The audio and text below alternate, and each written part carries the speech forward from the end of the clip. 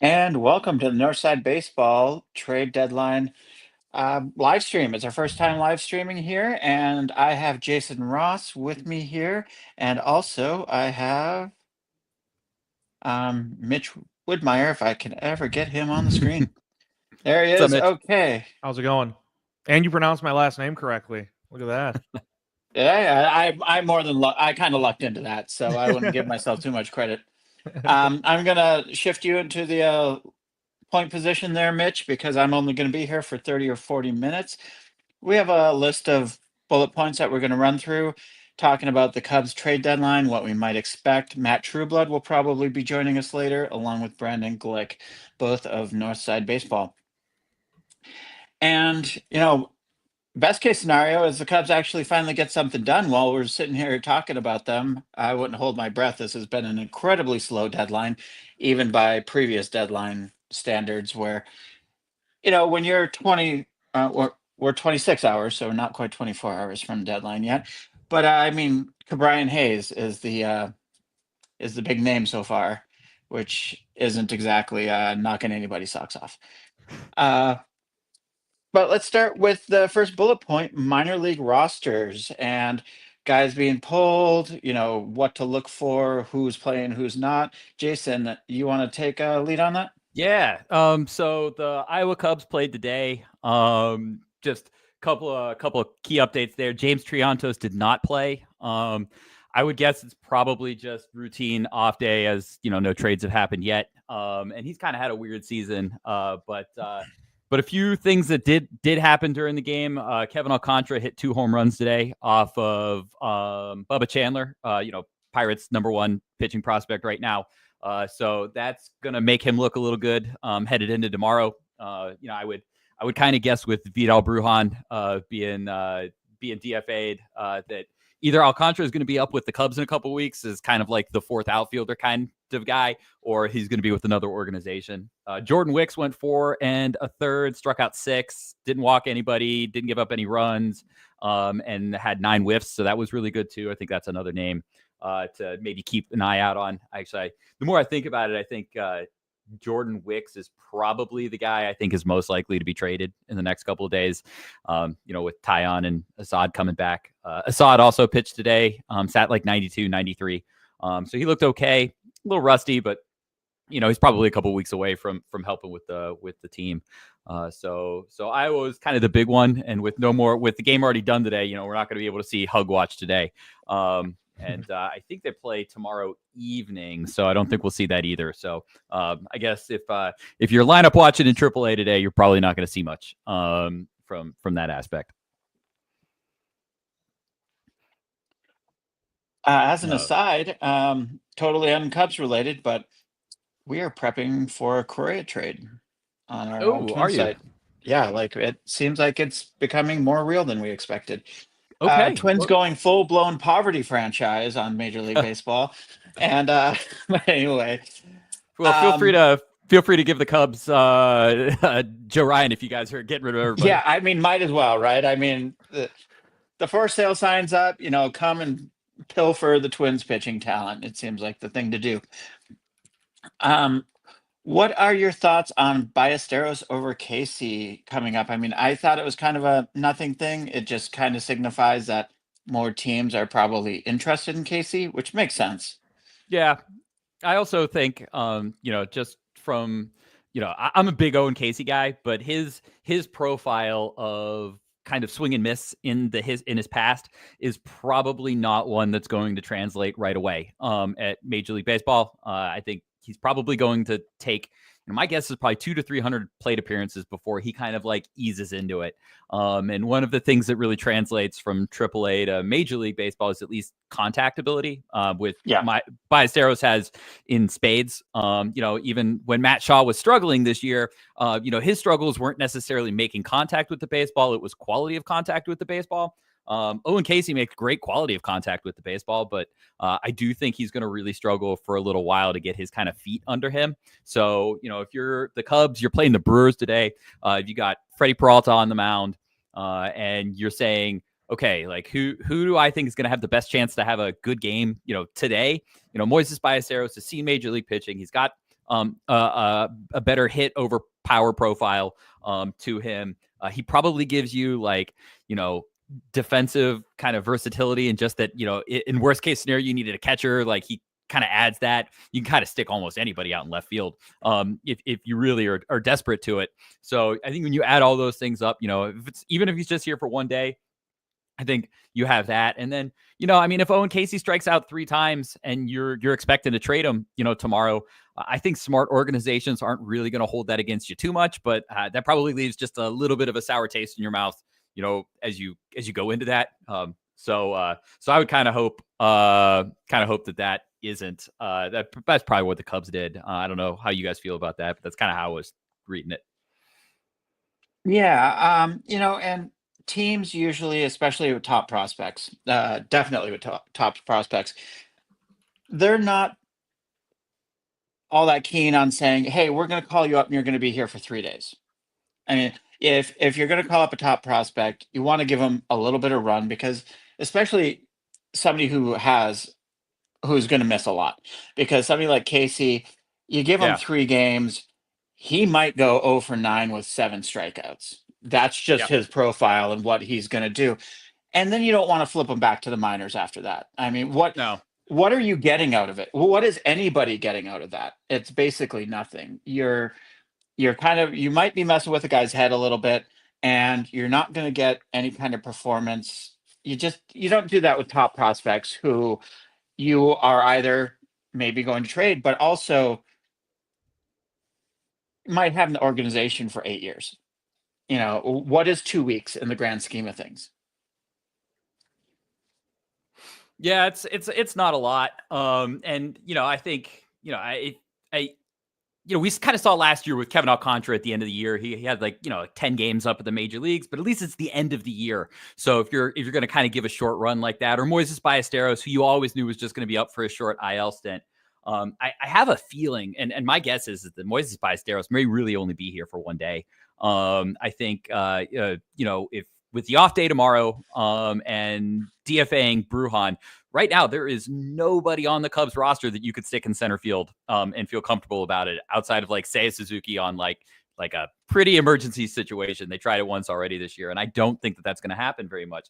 So I would guess, if I was just a guessing person, that the bench that they had on Tuesday, which was Brujan, Birdie, McGuire, and Turner, by Friday it could be, I think 3 of those guys could be replaced with 3 new names. And I think new is a little bit of a stretch, because I think one of them is going to be Miguel Amaya, taking over for McGuire, who I think the Cubs are going to try to tack him onto a deal or send him somewhere here in the next couple of days, just so they can get a little something for him. But I think Ballesteros might just be up for a day, and then they send him on back, and then Ian Happ is ready to go on Friday maybe, or they maybe have a better, clear vision of it. Though his double today was awesome, so it was good to see him do that. I know a lot of people weren't super excited about his first little run, and I think we get a little too picky on when prospects do well. But I think that was a good at bat for him. He took a changeup the other way, cleared the bases, kind of really broke the game open. So that was pretty exciting. So I don't know. That's just kind of my read. Mitch, what are you thinking about Ballesteros over Casey? Yeah, I'm along the same lines as you.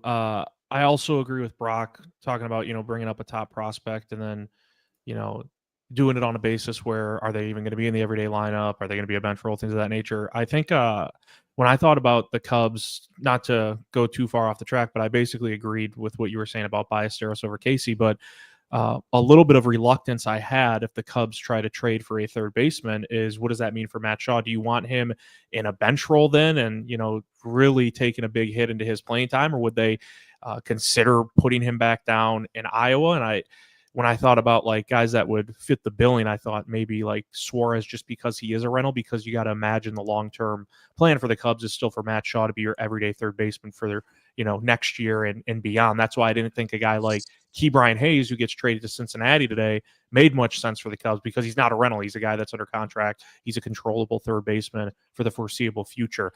So I think those are things the Cubs are going to have to navigate too, where if you brought up Casey instead of Ballesteros, and then Ian Happ doesn't go on the IL, it's like, well, is Casey going to be in the spot that you mentioned Ballesteros might be in, where he's only up for a day, and then it's like, well, what's the point of that? So I didn't mind it. I think when you're around the trade deadline and you see a move like that, where it's like, man, Casey's been tearing it up, right, in AAA, and he seems like a likely candidate to get called up, and then it is Ballesteros, who's doing fine in his own right too. You just kind of like circulate to certain questions and theories as to why that could be happening, just because the deadline's right here now. I didn't put a whole bunch of stock into it. So yeah, I like you said, Ballesteros had that bases clearing double going the opposite way, which was really cool. So yeah, I didn't like overreact and think, oh my gosh, this means Casey's absolutely 100% undoubtedly getting traded. Like, are the Cubs going down a path where maybe they can get a Joe Ryan or Mackenzie Gore or an Edward Cabrera and Casey's included in a package? Potentially, like that could be it. But I didn't put too much stock into that singular transaction really like signifying anything huge. Maybe it does, maybe it doesn't, right?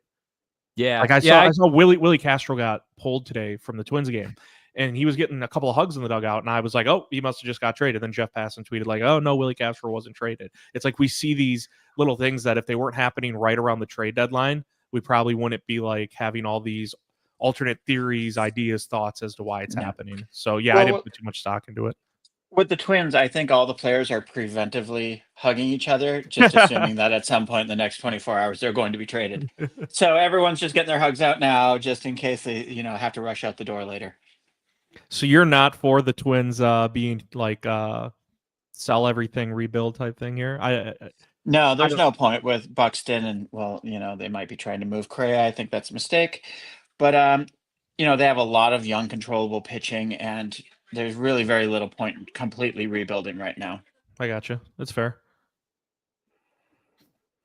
Yeah, it's always kind of hard to deal with those kind of like rebuilds and when to really pull the trigger. Which is, I think what's going to happen with Mackenzie Gore and the Nationals is going to be fascinating here the next couple of days. You think of, they've got an interim GM, but on the speaking of Ballesteros maybe coming back on Friday, Ian Happ is pinch hitting in an 8-3 game. So I think Big Mo's going back to Iowa. Thank you for the double. I appreciate it, but if he's going to be healthy enough to swing in a 5-run game in the top of the 7th, probably it'll be cool on Friday with the day off. But back to Gore, I think what the Nationals are going to do is going to be fascinating, because on one hand, they don't have to trade Mackenzie Gore right now, but on the other hand, like, they got to do something, and they've got an ownership that just doesn't like to spend money, and they're getting to a place where, like, at some point, they had this great haul from Juan Soto, CJ Abrams, James Woods, Mackenzie Gore. These guys are great, but they've done nothing with it since then. Yeah, and, they haven't complemented it at all, and now you're at the point where, let's see, Gore he's in ARB, right? Yeah, he's in. Ooh. Hey, we got a trade. Mets are trading for Tyler Rogers from the Giants. Oh, interesting. The Giants are moving pieces. That means both Rogers got traded today. The Twins. Yeah. It's always been my opinion that they should have pulled a Prestige as kids, where they just pretended to be one person, and then one would come out and throw left-handed, and the other would come out and be a sidearm righty, and it would just be the most fascinating pitcher ever. They really missed an opportunity there. That would have been cool. Yeah, that would have been awesome. It's man, those guys are, Tyler especially is just insane. Anybody who can throw like that is just all the power to you, because I couldn't imagine it. I just couldn't imagine being able to throw that way. Don't understand how his elbow just doesn't explode every time he has that funky angle and his arms bent backwards. And the Submariners like that are just fascinating.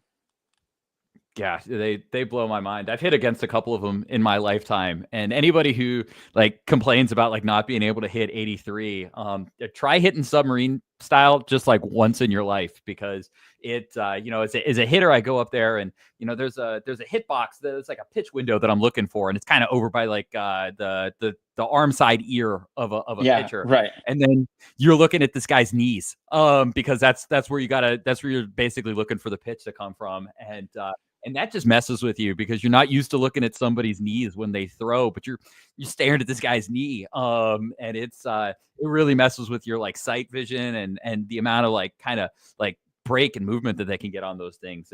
It's nuts. And anybody who struggles hitting sidearm or submarine it's totally earned. It's tough. So I would just bail out of the box, man. There's no way, because I'd be convinced that pitch is coming straight at me. Feels that way. But let's see here. So yeah, so Tyler Rogers just was traded from the Giants to the Mets.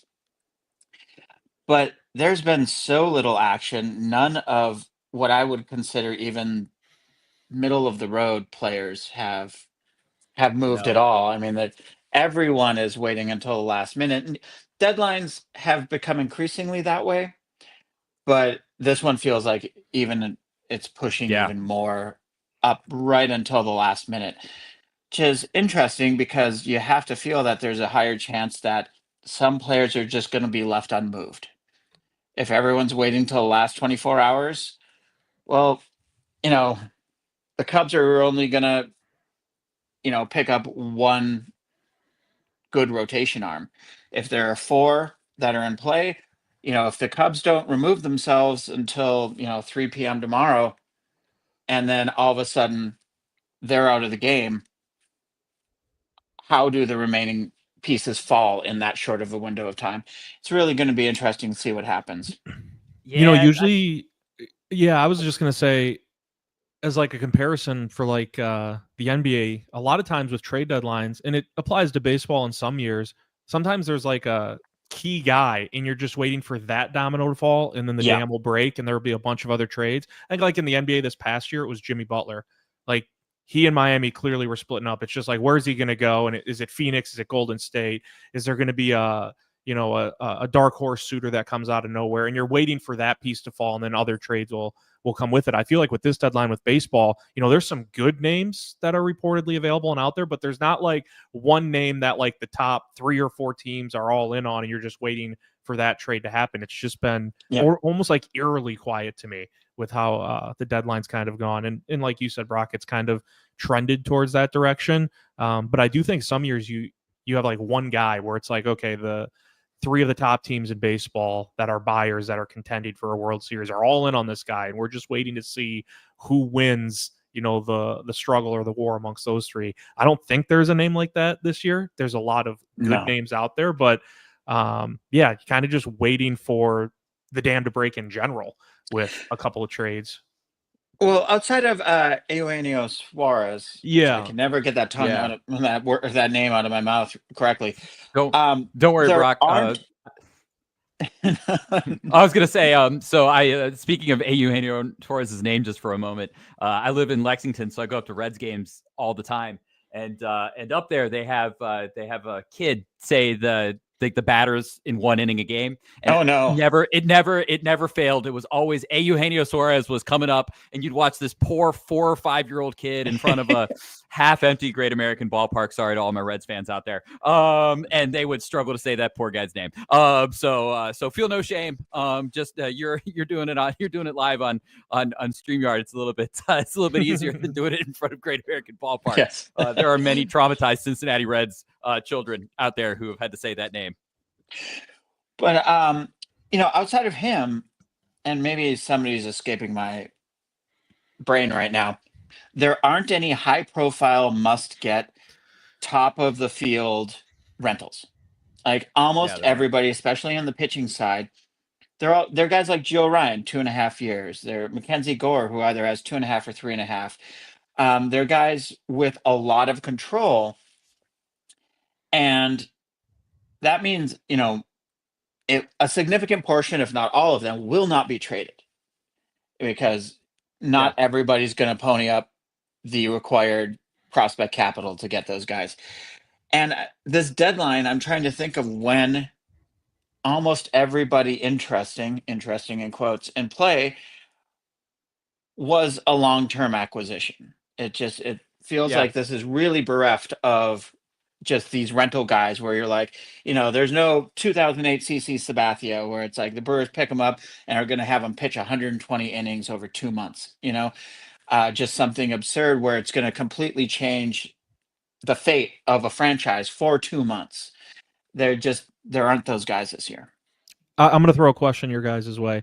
Do you think there's any chance the Cubs could be one of those teams that these sellers or teams who are willing to move a controllable starter are like waiting to see, will the Cubs maybe try to land, whether it's, Mitch Keller, Edward Cabrera, Sandy Alcantara, Merrill Kelly, although I don't know what his contract situation is. I wonder if the Cubs are one of those teams that it's very clear they're in for starting pitching and they would like to add someone near the top of the rotation that the Cubs could almost break that dam. Like if the Cubs all of a sudden acquire Mackenzie Gore or Mitch Keller, all of a sudden those teams that are trying to sell like a Zach Allen or a Merrill Kelly in Arizona pivot and say, okay, well, the Cubs clearly went another direction. Now we're going to go to these other suitors or at least, call them up again and say, hey, let's, rehash this a little bit. I feel like the Cubs are one of these teams that are kind of dictating or will end up dictating how this deadline works because everyone expects them to be so aggressive.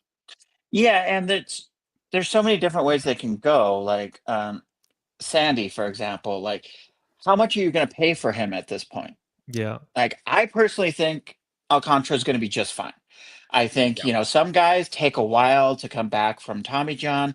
Sometimes it's velocity, but most of the time it's command and feel for breaking stuff. And, the process has been, kind of streamlined to such a point now where we've forgotten what it used to look like when guys came back from Tommy John 10 or 15 years ago, where a lot of the times they would flat out suck for 6 months.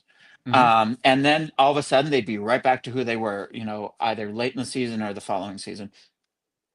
And I think that's all he's going through right now. But how motivated are the Marlins going to be to trade him under those circumstances? They don't have to trade him, but also, is a team like the Cubs, are they like, we just really like Sandy.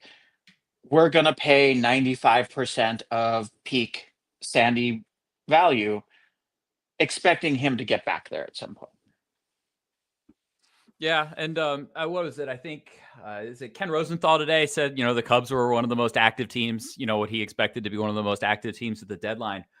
So back to Mitch's point, I don't want to be like super Cub centric in this like main character kind of world that we can live in sometimes. But it does feel like this deadline, the Cubs are kind of the main character, I think, in many team stories right now. You figure with their need for starting pitching, with the amount of like controllable starting pitching that's out there, with the Cubs' unique situation where they have a lot of their prospects who are already in AAA and they don't necessarily have like super clear paths to being in the major leagues. Where does Owen Casey play in 2025? We don't really have a place for him. We might have a place for him in 2026, but that same place could be Johnny Long's, or it could be Moises Ballesteros' DH space. There's lots of different permeations of that. So how the Cubs are situated, they can kind of dictate what they want to do in kind of ways.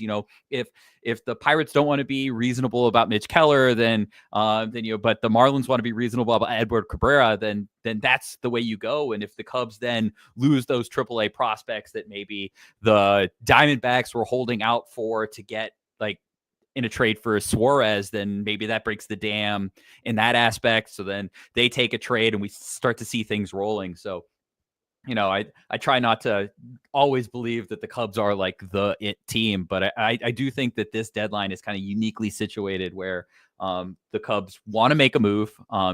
True Blood has reported that multiple times on Northside. We've seen Ken Rosenthal say that they've been very active, they've been out there, and then one of the things that I think is really unique today is that it's kind of gone like radio silent out there on terms of like Cubs rumors, like who are they interested in, what are they doing, and I do get that feeling that we're kind of in that like calm before the storm for the Cubs. I would be surprised if they don't make a trade before it gets too late tonight. If they're going to make a couple of trades, I think they probably need a couple of things. So Unless Yeah, there's like a and major one-stop shop, they probably got to make a move at least tonight. exactly. You can't expect to stack all these up tomorrow. Additionally, with No. the Cubs, and I agree with you where it's easy to fall into the main character trap. They kind of are main characters this year because on top of everything that you listed, excuse me, they have a few other things going on internally. Like they were way out in the division, and now all of a sudden they're behind the Brewers again. And that has to place at least a little bit of urgency on the Cubs. Yeah. Not because of what happened in this series, but just in general. They were up, what, 6 games? Now they're down one. Additionally, Hoyer went out and he just signed a extension, so he's not worried about his job, but he went out and got Tucker. And there is no guarantee that Tucker is going to be here come November 1st.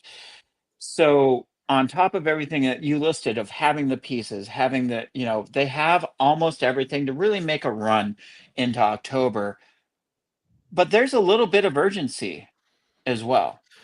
I thought they showed urgency with their transaction today. Ian Happ ends up not going on the injured list, right? And instead of putting, say, a Suzuki in left field today and DHing, Turner, and they end up DFAing Bruhan or Birdie or whoever, instead they bring up Ballesteros and have him DH. So I thought they showed urgency and kind of showed an importance to this game against Milwaukee with that transaction today. Because like Jason said, this might be a one-game little pit stop with an off day tomorrow for Ballesteros. So the Cubs are definitely feeling the pressure, feeling the urgency, and obviously all of that circulates around what's going on at the deadline too. So one other thing I wanted to point out too at the deadline, I think it's taking shape as a seller's market. Most people probably say that, right? It's more of a seller's market, but I think the spot where the Cubs, at least in my opinion, need to attack, I would love to see a controllable starter. That's like there is no 1A for me. Like my one is a controllable starter that can slot into somewhere in the top half of the rotation. And for that, and you kind of look around the landscape of baseball, I just think there's more than enough options for the Cubs to try to filter through and then take one big swing if they want at a starting pitcher. Like if they desperately needed a bat or two bats, I'd be a little more weary because who are those names outside of a Eugenio Suarez, right? Like I know a lot of people are saying the Mets like desperately need another bat potentially in center field, and it's like, well, outside of like Luis Robert, who's had a pretty horrific season, like who else are you talking about? So I think what the Cubs need, there is plenty out there, controllable starting pitchers that at least are somewhat available. Now, the cost of doing business, they might have to overpay or decide if it is an overpay for pitcher A, B, C, D, whoever that is. But I do think there's a wealth of options for the Cubs to just try to sift through before the deadline tomorrow and try to strike gold on one of them. So I feel confident in that respect, if that makes any sense to you guys. Like it's not like there's one or two good starting pitchers that are controllable available. Like there's a decent list out there that's been rumored. It's like, man, I think the Cubs will land at least one of those guys, right? Yeah. Whereas it's not, I don't look at the Cubs deadline like, man, they desperately need a bat. If it's not a Eugenio Suarez, who's it going to be? They're screwed. Like I don't look at it. And I think it's somewhat rare in a seller's market that the Cubs, who we have said might be like the main character of this deadline, the one spot I think most would agree they need is help with the starting rotation. And there's a bundle of options that they can go to or pivot to from that respect. Yeah, I think they've got a lot of options. And then, I mentioned this on the podcast yesterday, but I'll kind of bring it up again today. Jed Hoyer kind of has a history of like making trades that you didn't really necessarily see coming, or making like free agent acquisitions that you didn't really have on your bingo board. And that kind of, there's always kind of a little bit of a wild card to Jed on that. He kind of, as much as, he's not like super like risky in a lot of the things that he does.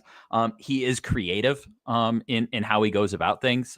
So the Cubs making a creative-ish trade for maybe a starting pitcher that we didn't even really think about, I think is on the table. I don't necessarily think it's likely. I don't. No name at this point is likely. I think any player is more likely to not be traded to the Cubs than they are to be traded to the Cubs. But the Cubs being like creative is like kind of like up their alley. So it'll be interesting to see where they end up going. But yeah, if one team is asking the moon, you can kind of play teams off a little bit in the Cubs situation a bit.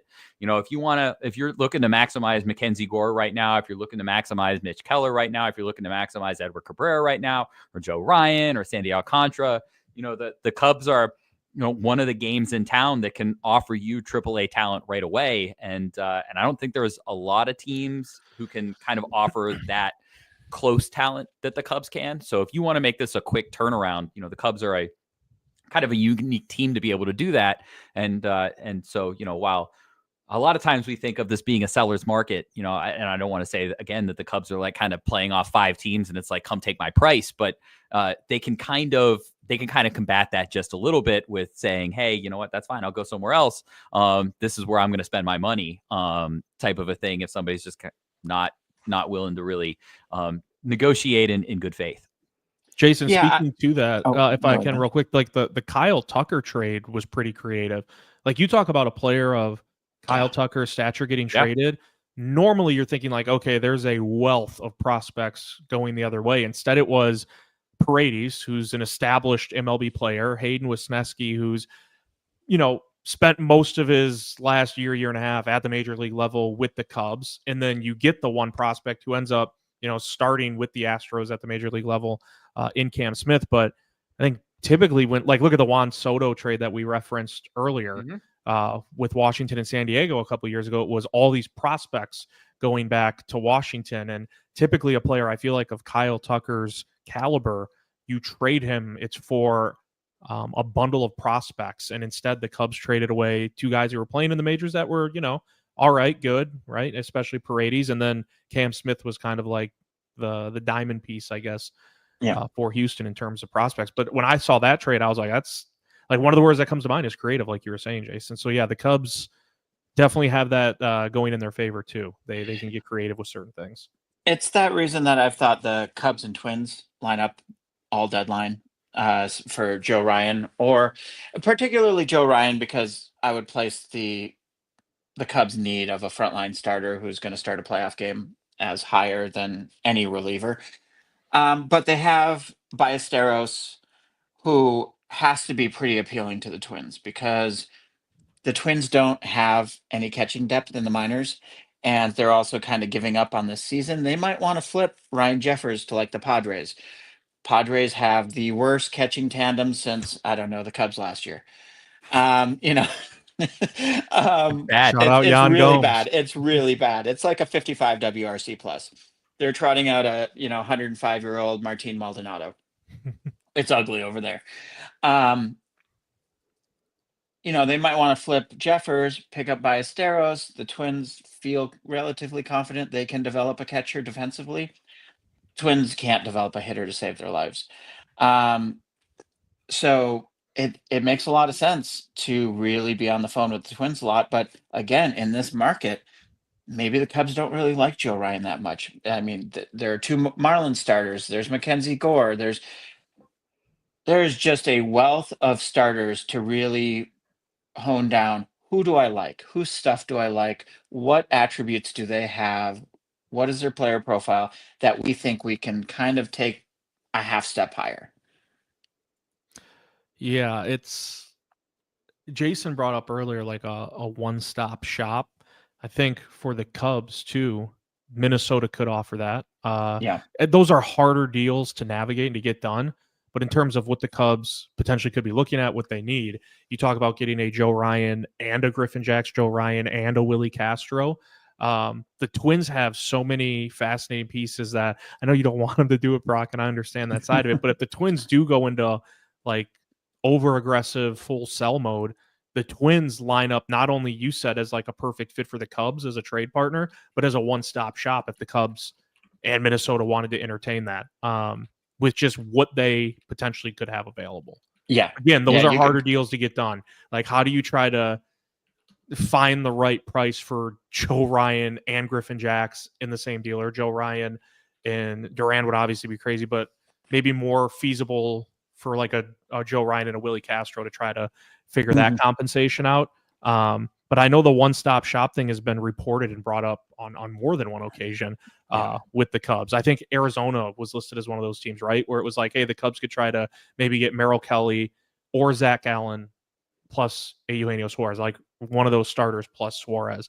Again, those are tougher to figure out. It's almost like when there's those 3-team trades in the NBA, like those are hard to piece together. But yeah, one-stop shop. If the Cubs wanted to go that route and just make one big boom in the market, Minnesota to me would be a team that lines up with them too. Yeah, it's just a matter of pure prospect capital at that point. You start dealing with so many prospects of such high caliber.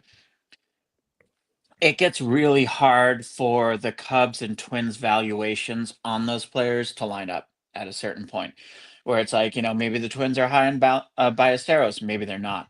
The Twins have had many players with the similar profile of Casey come through the system over the past, I don't know, 10 years, long time.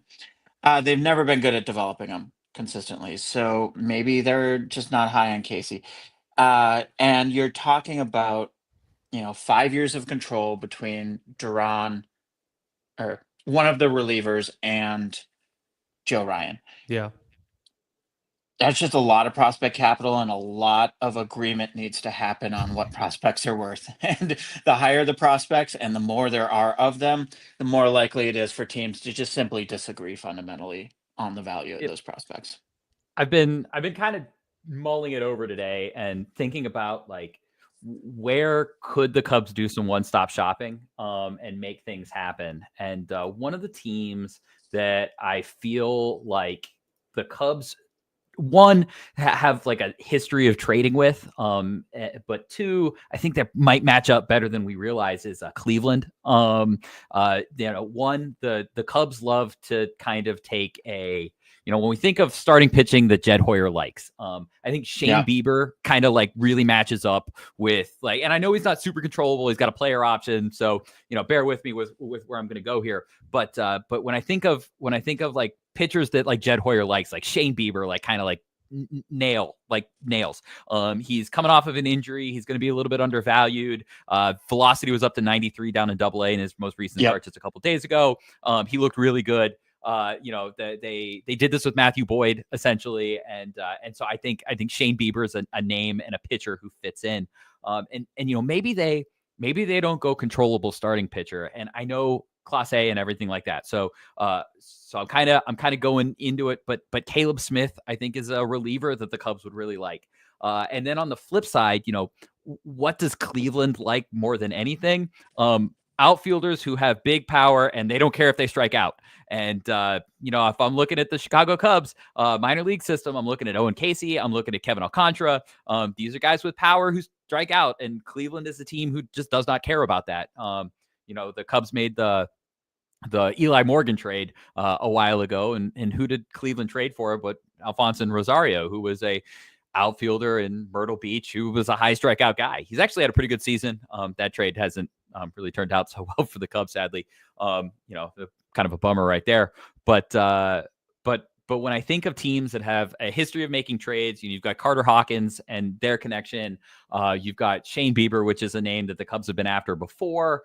You've got some prospects that I think kind of match up with what Cleveland likes. And who did the Guardians take in the first round of the Major League Draft? They took falling Jace Laviolette, an outfielder who strikes out a bunch and hits a bunch of home runs. It's kind of their thing. They love those kind of guys. So I kind of wonder, if there's going to be a one-stop shop, if the Cubs could find a creative solution with Cleveland.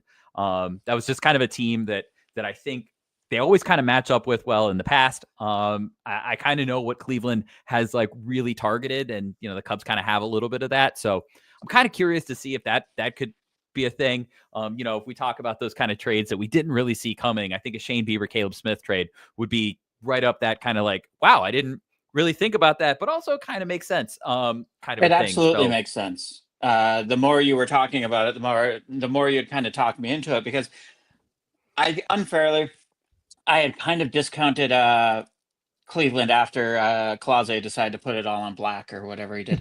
But but yeah, Kate Smith is absolutely could be a fill-in Casey, piece yeah, for that, deal. where you could get the reliever and the starter, with much less control for the starter, but with Justin Steele coming back, is that a big deal? Don't know. Um, Hap just hit a home run. He'll play on Friday. Crazy. But yeah, Cleveland would be a great fit for what the Cubs need, and that is a much cheaper solution prospect wise than anything Minnesota would be offering. Yeah. Yeah, it was just a team I was kind of thinking through earlier. Shane Bieber just kind of hits like all those like classic Jed Hoyer notes. And I know there's been a lot of rumors out there that he's available. The Cubs have been connected to him a few times, kind of tenuously, but connected. Jed Hoyer loves him, a starting pitcher who throws 93 miles an hour. So a righty who throws 93 miles an hour. That's right up his alley. So we'll see what ends up happening there. But I don't know. It was a team that I kind of thought about, and I was like, well, you could probably get 2 of your things right there. Then maybe you go out and you get a Willie Castro, or you get another third baseman or an infielder type of a thing somewhere else. And then, instead of making 3 or 4 separate trades, you're doing two trades. And I don't know. It was just one kind of team that I was kind of bouncing off my brain today. Well, one thing too with that, Jason, that you brought up, I think that's critically important, is there have been rumors, links dating back last winter at a minimum to the Cubs with Shane Bieber.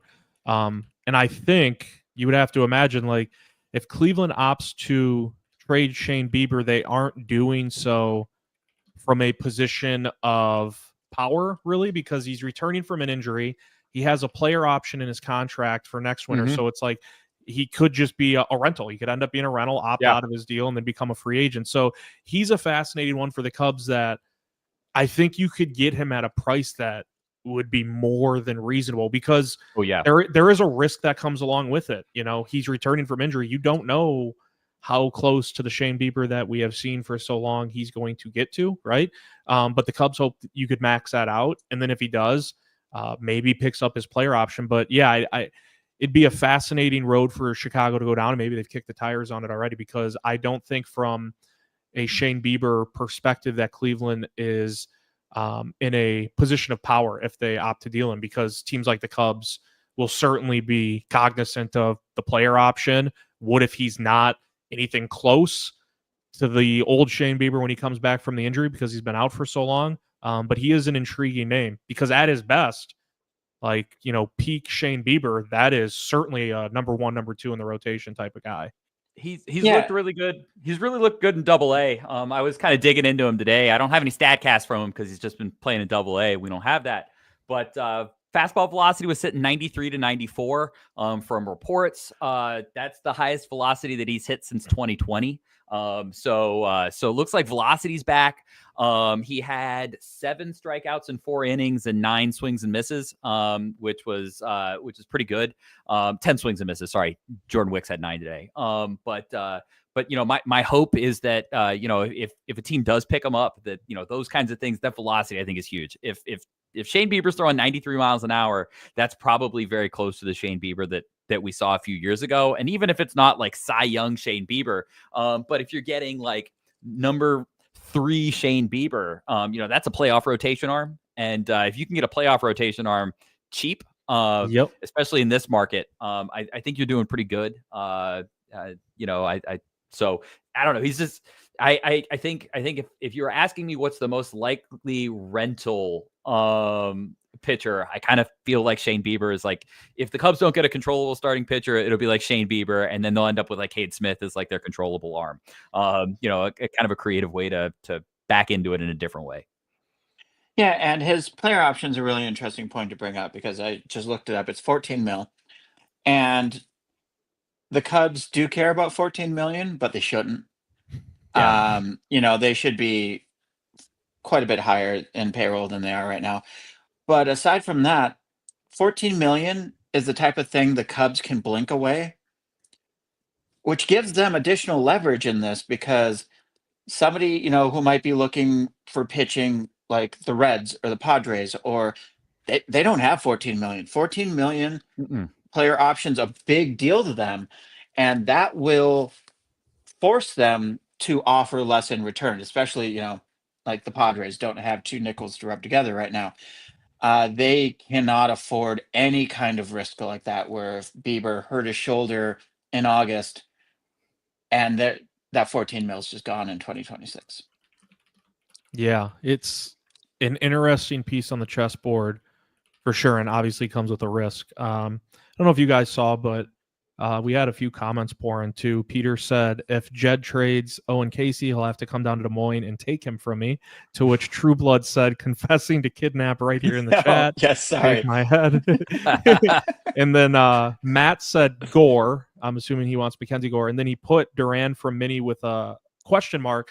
I would say, obviously, Johan Duran is incredible. The walkout he has at Target Field for his entrance makes it it's so much fun. It's so good. Yeah, we talked about it on the podcast before. He's awesome. Yeah, I would say worth it to trade a prospect for that alone. Yeah, I would say for what, and Brock, you could probably speak better to this from a Twins perspective. For what I would imagine it's going to cost someone for Duran, I just see the Cubs more likely to spend that sort of those sort of prospects on a starting pitcher instead of a relief pitcher, just because of what they really need. Like, it'd be awesome to add a Duran. There's 30 teams in Major League Baseball, i.e. every single one, that would sign up for Duran in their bullpen in a closer's role, right? But for what it's going to cost, I think it's more likely the Cubs use that kind of prospect haul on a controllable starter. Again, I am not saying, hey, Cubs, don't even look into Duran, what it would cost. That's not what I'm saying.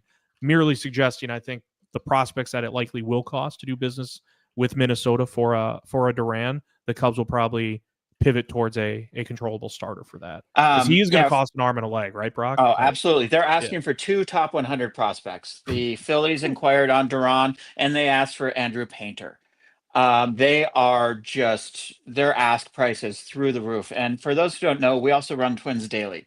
Yeah. So I've been on the trade Duran boat for, 3 years. The moment he got good, I am a big believer in the moment a reliever gets good, consider trading him, because they're so volatile. Especially ones that throw 103, you're like, what happens if he's thrown 98 one day? And Duran did go through that for a while, where his velocity dipped considerably.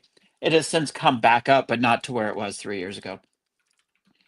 And if I was the Cubs, I would absolutely go put those assets toward a starting pitcher, because, the win probability that a great reliever can bring you is enormous. The problem is identifying a great reliever. Like, even the best relievers have bad 20 inning stretches. And when you're trading at the deadline, you're trying to make a move for the next 20 innings out of that arm. And you might get just as good of performance out of some rando middle tier 7th inning setup guy over 20 innings. But on the other hand, if you're looking to control a starting pitcher for 1.5, 2.5 years, you're, other than the, obvious injury cost or injury liability risk that is there, it just makes way more sense to spend a real prospect capital on a starter. Yeah, I think both things can definitely be true too, where like Minnesota having a high asking price on Duran is 100% the correct move for them, in my opinion, for how good he is, but also recognizing that, in a sense, it might be a stretch to say this, but it's going to take someone who might be a little bit of a sucker to fork over what Minnesota's asking for Duran. Like, he's really, really good, but we see bullpen arms all the time, as you said, they're volatile. And what it's going to cost for Duran, I just see the Cubs using that prospect haul on a starting pitcher. I would hope so, at least. Because Duran's going to cost arm and a leg, like I said, which is in every right Minnesota has to do. Yeah, it's a fair asking price. It's also not an asking price I would meet if I was correct any of the other 29 teams. Of Correct. course, I agree. Dave Dombrowski still exists in the league. So God knows what he's ever going to do. But, but to be fair, Dave Dombrowski has been right all these years. He throws prospects out the door like they're going out of style. And look at the hit rate on those Mhm. prospects that he has sent out over the years. It's Yeah. just minuscule. And he is trying to compete every year. He's trying to go to the World Series every year. He's winning a crapload of them. And all those prospects that people were trying to hug along the way, 80% of them have bombed out and become nothing. Yeah, And there was some talk on Northside Baseball the other day, and somebody was worried that I think it was Cam Smith. It was all about Cam Smith, and he was going to be like Lou Brock, and it was going to basically be like Lou Brock, like version 2.0. But as I kind of dove into it, actually, I made a lot of Twins references. But I started to look at it, and like Lou Brock was worth 43 and a half wins per Fangraphs, which over the last 34 years is the 79th best player. It's like top 0.5% of all players. Yeah. And, you just don't, those kinds of trades don't happen. If Cam Smith is, the two Twins players I brought up, or, if he's Brian Dozier, Brian Dozier was a fine player for the Twins, had a couple big years for you guys, but he's a 24 F4 guy for his career. That's a starting player. That's Gleyber Torres, basically, what he's going to end up being. Yeah. And we were so worried about Gleyber Torres and trading him for Aroldis Chapman in 2016. And I'm not saying that Gleyber Torres isn't having even a really good year this year. He's an all-star. He's a really good player, but he's probably going to trend in that like 23 to like 27 FWAR like career line. He's a pretty good player. You know who's got the same FWAR as he does basically in less games? Nico Horner. Cubs are fine. The Cubs are just fine at second base. They're not hurt. Or what if Cam Smith is more of like a platoon outfielder, like former Minnesota Twins 9th overall pick Michael Kadire, a name I haven't thought about for a decade. He was 17 wins. Nobody cares if you trade Michael Kadire away, even if it's just for 1 year of Kyle Tucker. So like, we a lot of times we prospect hug. I'm the prospect guy. That's my thing. I love the minor leagues, and even I'm like, you know what, like, these guys are probably not going to be as good as we think they are. They rarely are. They're good, but maybe they're not like they're all-star good. They don't have to be Hall of Fame good. A lot of times you're just trading away a decent starting player for 8 to 10 years, and that certainly has value, but you could probably find other decent starting players. So you trading away prospects at times it's okay. You got to do it. Yeah, and Cubs fans still dwelling on Lou Brock. I hate to break it to you, Cubs fans, but that is more of an indictment on the Cubs teams of that era, because Brock wasn't that great. No, he was a good player, but not. Your teams just really sucked. That was the problem. and you know what? If the Cubs make one Lou Brock style trade every 70 years, you're doing okay. Like I mean, right now we kind of have our own Lou Brock potentially in the Javier Baez for P. Crow Armstrong trade. Guy's already up to almost just under. He's up to 5.8 FWAR on the season. It's not even August 1st. So if we gotta kind of let that go. The Lou Brock thing's we gotta let it go. It's the chances are that whatever prospects that we trade in the next 36 hours, 24 hours now, I guess, with the trade deadline, 24 hours, they're probably not going to be Hall of Fame players. And we got to let that go. And, there's going to be people who are going to trade Owen Casey. And, I hate to say it, Owen Casey's probably going to get traded for less than Mackenzie Gore. And it's going to be less than Mackenzie Gore. And there's going to be a lot of people who are going to be upset with that. And I, as the biggest Owen Casey fan on the planet, I got to say, it's probably going to be okay.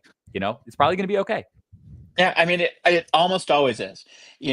Colossal boners like the David Ortiz situation don't come along very often in baseball. A lot of the times it's more like trading a guy, like you said, like Michael Kadire, where it's like you look back and you're like, damn, I wish I had that guy because he's worth 20 wins over the course of, a 6 to 7 year period or what have you. But that's not going to kill a franchise. I mean, the chances of that happening are really small, and I think they will happen less and less as we go along because prospect valuation has become so much better. We're not looking at whether a guy's hitting 330 in the Pacific Coast League. We're looking at, how's he swinging his bat? What's his swing decisions on, 90+ mile an hour sliders? Like, we're really getting granular with it. I just don't think we're going to see just really big screw ups like that much anymore. So, yeah, it's disappointing to lose a prospect, but there's a much better chance that Owen Casey doesn't produce 5 wins in his career than than there is that he produces like 25. Yeah. Sounds like you guys are both speaking to Pete in the comments. Pretty directly there, right?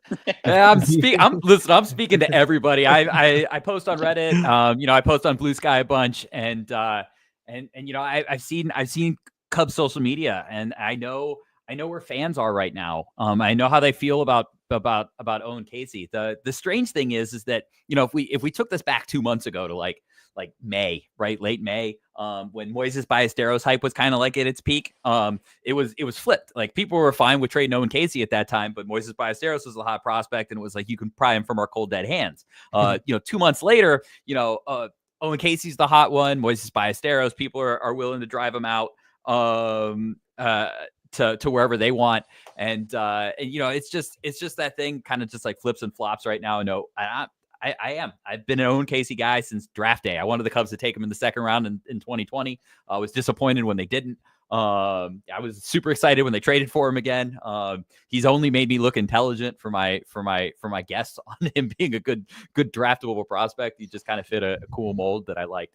And I hope that I hope he goes for somebody good, but it's going to be okay when they probably do trade him, because I think he's probably likely gone. It's going to hurt me a little bit, but I think whoever we get back is going to help us in 2025, and possibly in 2020, and probably in 2026, whoever that is. So I'm excited about that. And as much as I'm kind of a little apprehensive about trading him, I'm also excited about what he's going to bring. Can I bring up a scenario that I put in the Slack channel today? Jason, Yeah. knowing like the pulse of like Cubs fans on different social media outlets, and I follow along on X primarily and a little bit of Reddit. If they trade Owen Casey and then this winter lose Kyle Tucker in free agency, there is going to be a pocket of Cubs fans that double down their anger about trading Casey and losing Tucker, because in essence you lose Tucker in the winter, but perfect, we have it sucks, you want Kyle Tucker, but the Cubs could pivot to, well, we have this, the shiny new toy. It's Owen Casey, and now he's gone. And so then all of a sudden it's like, what are you doing at right field? And you have, Kevin Alcantara, who potentially could still be in the fold. Maybe he's a part of a trade too. But I think we'd all agree that there's going to be an irate pocket of Cubs fans if that scenario were to play out. Trade Owen Casey, who so many fans are high on, and then lose Kyle Tucker in the winter. I just was talking to somebody on Reddit who was flipping out about the Cubs should trade Ian Happ right now and put Owen Casey out in left field. So yeah, I would expect that. What I would say is this: is that between Moises Ballesteros, Kevin Alcantara, and Owen Casey, and Jonathan Long, they're not going to trade all four of them in the next 24 hours. The Cubs are going to keep probably at least two of those. And the thing about if they lose Tucker, right, and they trade Owen Casey, is I think it's twofold. One is that even just to get up to their kind of paltry spending this year, they would have to spend like $70 million in the offseason. So like, one, they're going to bring in good talent. They're not. Tom Ricketts is not the kind of generous owner that we would kind of hope him to be, but he also isn't going to like slash payroll to like $113 million next year. So like there's going to be spending anyway. So on one hand, they're probably going to spend $70 million regardless. But two is that, you just put Seiya Suzuki in right field. He made 2 nice plays out in left field today. I know every once in a while he makes kind of a not great play and he makes it's ugly, but it's his defensive metrics aren't horrible. You can put him in right field, and then all of a sudden you could have Moises Ballesteros as your DH, or you have Jonathan Long as your DH, or you have, and these guys are crushing it in AAA. It's not like, we're talking about Moises Ballesteros, who's had a 134 WRC plus since June 28th. He's hitting 331. He's doing all this without like really flashing huge power, and he's 21 years old. So like we can expect there's probably going to be a little bit of power coming. Kevin Alcantara had 2 home runs against the best pitching prospect of the Pirates today, one of the best pitching prospects in baseball, Bubba Chandler. I know he's striking out a little bit. The luster's kind of worn off a little bit. He's not shiny new toy right now either. But he would be like, he's got like like plus defense in right field, maybe plus. Like if you really want to like move it out there, he's 6'6". He's got a great arm. He's capable of playing center field at like a 50 grade, 55 grade. You put him in right field, he's going to be fantastic. So like we're going to be fine. So I know people are going to kind of like immediately go to like, well, we lost Tucker and we lost Owen Casey. Yep. World is crashing down upon us. But I guess my kind of retort to that is that there's many ways you can skin a cat. The Cubs are going to come up with a solution there. And I think, you know, you can make an argument that in terms of just like pure bat, Jonathan Long, Moises Ballesteros, and Owen Casey are all really good bats, but you know, Owen Casey is going to struggle probably more than them originally. And, you know, in 2026, you could really make an argument that the other two might be better. So even in the event that they trade Casey and they lose Tucker, I think the team will be fine in terms of having a prospect who can fill in that position, even if it's not Owen. Okay, I'm going to be bringing Matt Trueblood in here in about 30 seconds. So I just wanted everybody to know. And I will be bowing out probably in the next 5 to 10 minutes. Oh, we'll be glad to have Matt on here. Yeah, he was in the comments earlier, noticing that someone. Matt's everywhere. Haven't you know that? Like everywhere on all the sites at all times. Matt will just pop up. Okay, here we go. Hello, Matt. Hey, guys. Good to see you, Matt. You too. Exciting times. Yeah, exciting times. We can. Well, theoretically exciting. We're still waiting for anything the to excitement. happen. Yeah, we're waiting for the excitement. Yeah. The only excitement we're ever going to get's theoretical. You might as well embrace it. Yeah. Anything can happen in theory. It's much more fun. Yeah. Theoretically, yeah, the Cubs have traded for Mackenzie Gore in my head, so everything's great. See your favorite of the set? Yeah, I mean, you know, I think he's got him or Edward Cabrera, but you got to tell me that the medicals on Edward Cabrera have to kind of check out a little bit, and you've got to be like confident that he's going to throw 150 innings for you. I think those would be probably my two favorite, you know, names. I don't know about the price. The price is going to hurt like real bad. Yeah. But in terms of like names that I'd already discussed it with them. You know, I feel like Cleveland fits like, I think a lot of the Cubs, like I think the Cubs love Shane Bieber. I think that's a name, you know, that could be kind of fun. And I know you had written on Northside, you know, it's probably unlikely that like the Guardians would trade Cade Smith in that, but you know, I could see the Guardians getting real jazzed about Owen Casey. They love their outfielders who strike out and hit home runs. That's their type. So I could see maybe a one-stop shop there that could be kind of fun between the two teams. You know, probably flesh that out a little bit more, but just something that we had discussed and I kind of theorized throughout the day as I've been sitting here thinking about what could happen. Be interesting. I will say the Guardians are impossible to work with. I think the Athletic published a thing that basically said that this week, that Andy McCullough did sort of a survey that he does each year. But you hear that from just talking to people in front offices throughout the league. Okay. Interesting. This is not a fun team to negotiate with because they start really, really high and come down really, really slowly. I think what you're envisioning, maybe the Cubs giving up for Bieber and Cade Smith, the Guardians want for just Bieber. Oh God. Yeah. I mean, yeah, they want Owen Casey in a Shane Bieber trade, which is obviously no, thank you. No, yeah, that's a it's a non-starter and it's not even close. So that is the experience of negotiating with the Guardians. I think the Cubs are, they're hoping that they come down. But the other thing with the Guardians is you can't sit and wait for them to come down because they won't do it till the very last second. So you got to go do your other stuff and maybe you circle back to them right before you pull the trigger on something else. Fascinating. You're right that they like Bieber, but I don't think it's okay. What they need to do this deadline and the amount of time they have left to do it. Yeah. It's not a great fit with how you have to operate that group. All right. Well, my vibes and hunches is been shot down. There will be no Bieber and Cade Smith. Maybe there will be. Just, you know, it's a lot has to change from where we are right now. Yeah. Matt, what you just said makes a lot more sense why Minnesota's asking Andrew Painter for Duran, because Falvey's an ex-Cleveland guy.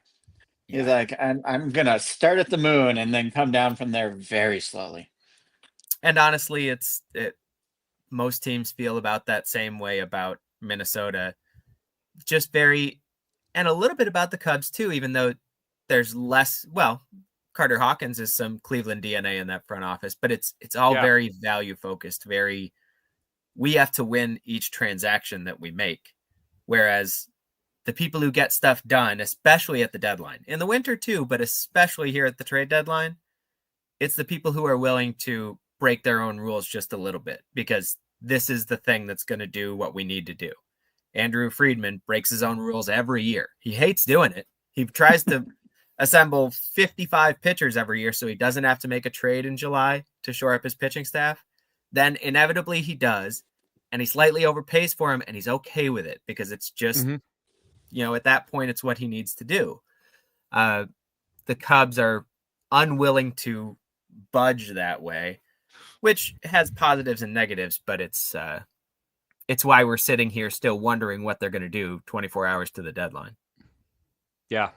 It's going to be fascinating to see what they do and how they can get it all done in, a day. I kind of feel like they probably have to get at least one of these things over the finish line tonight at some point, just to be able to go into tomorrow with a shorter shopping list. So kind of just, you can exhale a little bit too. You exhale a little bit if you get something done tonight instead of pushing, because the Cubs, and Matt, you could probably speak better to this than I, but the Cubs strike me as a team that are more likely to make more than one move compared to some of these other teams. And so if you can check one box before you turn the page tomorrow and try to cram all of it in, you feel like you can exhale at least a little bit, instead of, oh my gosh, we now have all this pressure on tomorrow before the 6 p.m. Eastern deadline, and we want to do this, but we also want to do that, and we've talked to team A, B, and C. I feel like I'm kind of with Jason. If they can get one thing done tonight, you feel better about them kind of pivoting towards tomorrow. Completely agree. On that, I'm going to bow out, everybody. Thank you. I'm going to invite Brandon into the chat, and thanks all, and I'm sure we'll be talking soon. Thanks for joining us, Brock. Hey, what's up, Brandon? Party. You're on mute. You're on mute, my guy. There. How's it going, everyone? It's doing all right. Well. Yeah, Mitch, the point you made is the right one. They absolutely want to get something done today. At the same time, what I just talked about, where Jed doesn't like to be moved off his value targets. When you think that way, you also don't want to create hard timelines, because then teams can hold your feet to the fire, right? So if they have to cram 3 deals into tomorrow, they will, but they would absolutely love to get one done today, so that it's just a little bit less frantic working of the phones and running back and forth in the final 12 hours before the deadline tomorrow. They're going to, I think, I wasn't sure this was true even a couple of days ago, but I'm now pretty confident they're going to get a starter, they're going to get a reliever, and they're going to get a bat. Wow. Somebody probably to come off the bench. That could be 2 trades, and one of them's just a bundle deal like you guys were talking about earlier, or it could be 3 separate ones, but I think they're going for 3 actual pieces here, as opposed to, maybe thinking more one big piece, but not necessarily the same supplements as of a few days ago. Do you, and just your kind of feeling on it, do you think that if they can't get a controllable starter, that they'll pivot to like a bigger name reliever? Like is their kind of goal to like get at least like one like controllable player, whether it's like a David Bednar, and then, I'll just use Shane Bieber again, just as kind of like the guy who's probably going to be more of a rental. He's got the player option, but probably going to say no to that if he pitches well. So like maybe kind of like one big one, and then like the other will be kind of a little bit like more of a rental type. Exactly. One controllable high-end arm, and then one more mid-tier rental. They would love for the controllable one to be the starter, obviously. Yeah. Right. But the price tag's a lot higher on that. And yeah, like you said, Bednar, Yohan Duran, they've been in on. They'll pivot if they have to, but really, it's a staring contest with the Marlins. Whoever we all want the most, they want Edward Cabrera the most. So it's a matter of whether they can get him off of the asking price that the Marlins have set, which is more than they're willing to do. I'm a big Edward Cabrera fan, so that's a guy on the up who's got lots of control left. I would love to get somebody like that in the rotation, because I know he hasn't fully shown it yet, like every day, super consistently over the course of his career. But there's a real ceiling there that you can have for a handful of years. I love the changes he's made. I mean, he's brought his arm slot down this year, which I think is why the elbow's barking a bit. Because before he used to have shoulder issues. Well, he's lowered the arm slot this year. It's freed up a lot of his command's better. The arm works cleaner, but it just kind of moves where the strain is in the kinetic chain a bit. So I think that's why the elbow got scratchy earlier this month. They're not really worried about it. And yeah, he looks so good. I'd be interested in it too. Obviously there's an injury risk, but there's an injury risk with Mackenzie Gordon. Anybody. Yeah, exactly. Brandon, who's your favorite guy? Who are you looking at? I spoke about this with Mitch last week on the Northside Baseball podcast. I'm definitely a Gore guy. Obviously, I'm sure you guys have talked about him over the last hour or so. I think he's a really good pitcher. Obviously, that would give the Cubs a very left-handed leaning rotation. Obviously, when Justin Steele comes back next year, that's your top 4 guys all being southpaws, which, isn't ideal, but obviously that shouldn't affect the talent that you're trying to acquire. But insofar as that price is too high, or, the interim front office in Washington isn't willing to pull the trigger on a deal of that magnitude right now. Like you guys mentioned, I like Edward Cabrera a lot. I'm a huge Dylan Cease guy if they're going to go the rental route. Obviously, he was a Cubs prospect originally before he was dealt for Jose Quintana all those years ago. I just did a piece on him on Talk Sox, and I think he's had a much better year than the results have showed. I think that, his peripherals are much more indicative of the kind of arm that he is. And having him, and Imanaga and Boyd atop the rotation, it might not be quite as good as some of the other, top 3s that playoff contenders can throw out there, but it's a much more stabilized grouping that the Cubs can, have, especially in a best of 5 series. Mm-hmm. Yeah, it's hard to disagree with that. At this point, collect all the lefties if you want, but just really lean into it. But yeah, Dylan Cease is a really fascinating name as somebody who could be a potential rental. And the Padres, we kind of talked a little bit that Jeds can sometimes use creative abilities to make things happen. AJ Preller's the captain of the creative ship, so you deal with them, and you never really know what Preller is going to do. He's an absolute madman, which I give him all the respect to the world. Matt had talked a little bit about, Jed kind of like really being hardcore on his valuations. You have wild card Preller over there, who's, literally like could do anything. And he makes every day fun, in a chaotic sense. So I think it'd be fun to see Cease get traded to the Cubs, mostly because one, I think he'd be a fun rental starting pitcher, and to kind of complete the time loop of having him come back. But at the same time, God, who knows what the Padres would do on the back end of that. Well, it's a couple of days ago, there was that big rumor that the Red Sox turned down this huge trade, Jarren Duran for Cease and Ethan Salas, who's one of the better catching prospects in baseball. He's dealing with an injury this year, but which I'm personally dubious of that report. I think that's a gross over-evaluation of who Jarren Duran is as a player, but I've gotten into that with a bunch of Red Sox fans recently. But I do think that, one, that obviously shows that Dylan Cease is available right now. Obviously, the Padres are in a sort of contending year. They have their budget issues. Obviously, their farm system is very top-heavy after all the years of trades that they've been doing under Preller. But the fact is, Cease is a rental. And really, in a trade, what the Cubs or anyone would need to do to get him is they need to give up something that's better than the compensatory pick that they would get from slapping him with the qualifying offer. So that's not necessarily a top 50 prospect like Owen Casey, but it is a guy who is probably close to major league ready. They obviously really need outfielders right now. I'm sure they'd love a pitching prospect if they could grab one, but I do think that Cease fits it fits whatever, every team is looking to do, but especially what the Cubs are looking to do. He's got excellent, whiff and chase rates this year. His fastball's still really good. He's, one of the harder throwing starting pitchers in baseball, which is a nice sort of departure from the other guys in the Cubs rotation, which tend to be much more contact heavy pitchers. So if that works out and if it aligns, I'd love to see the deal. Obviously, like you said, Preller's a wild card this time of year, especially with the Padres sort of, looking up at the Dodgers in the division in the NL West. So it'll be interesting to see what happens. I still think they're looking more for major league talent than prospects, but if they have to adjust, I think the Cubs should be involved in that sort of discussion for sure. Yeah. I'll bring up too, we have the bullet points laid out, and the last one that Brock put up there, I don't know if it's necessarily in order. It says Cubs needs third base, rotation, bullpen. I'm curious if any of you guys have changed your stance on how big of the need third base is for the Cubs with how Matt Shaw has looked post All-Star break. If any of you guys want to address that. I've always kind of, just from a personal standpoint, I've written, God knows how many articles on Matt Shaw so far. I feel like I know him better than his mom does at this point. I've just kind of, from my standpoint, I've always kind of maintained that I didn't think that Eugenio Suarez was like the biggest need that the Cubs have.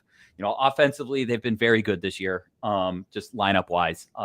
Two, if you look at Zip's projections, like rest of the season, like the difference is like half a win between the two, and that was before the last mechanical changes. If you like believe in the last mechanical changes in Matt Shaw, that might push that even a little bit closer.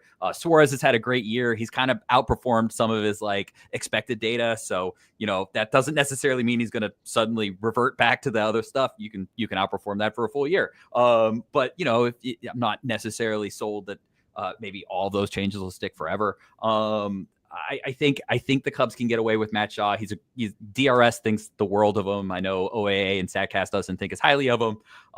But I think, and I think from a Cubs perspective, if you're going to have a team like the Cubs do, which is a pretty strong lineup, kind of top to bottom, this is kind of like the perfect time to break in a rookie. And the Cubs are going to act like the Cubs, where they are going to need cheap talent going into 2026, into 2027, into 2028. And if you can develop Matt Shaw over the course of these next 2 months, and he's a pretty good player, that's going to help poor Tom Ricketts make sure that, profits line up with the budget a little bit more. And that's going to give Jed Hoyer just a little bit of that extra room, I think, going forward. So that's how I kind of sit with Matt Shaw. I know, the opposite side of that is, once you start hitting that 90 win mark, even a half a win becomes more important to you than when you're sitting at that like 84 win mark. It's harder to get there. So, I understand the opposite end of that too. So if you really want to argue that, you really want to go for it, Suarez is the guy, I can buy the counter argument on that. I don't think I'm quite there yet, but I would understand it.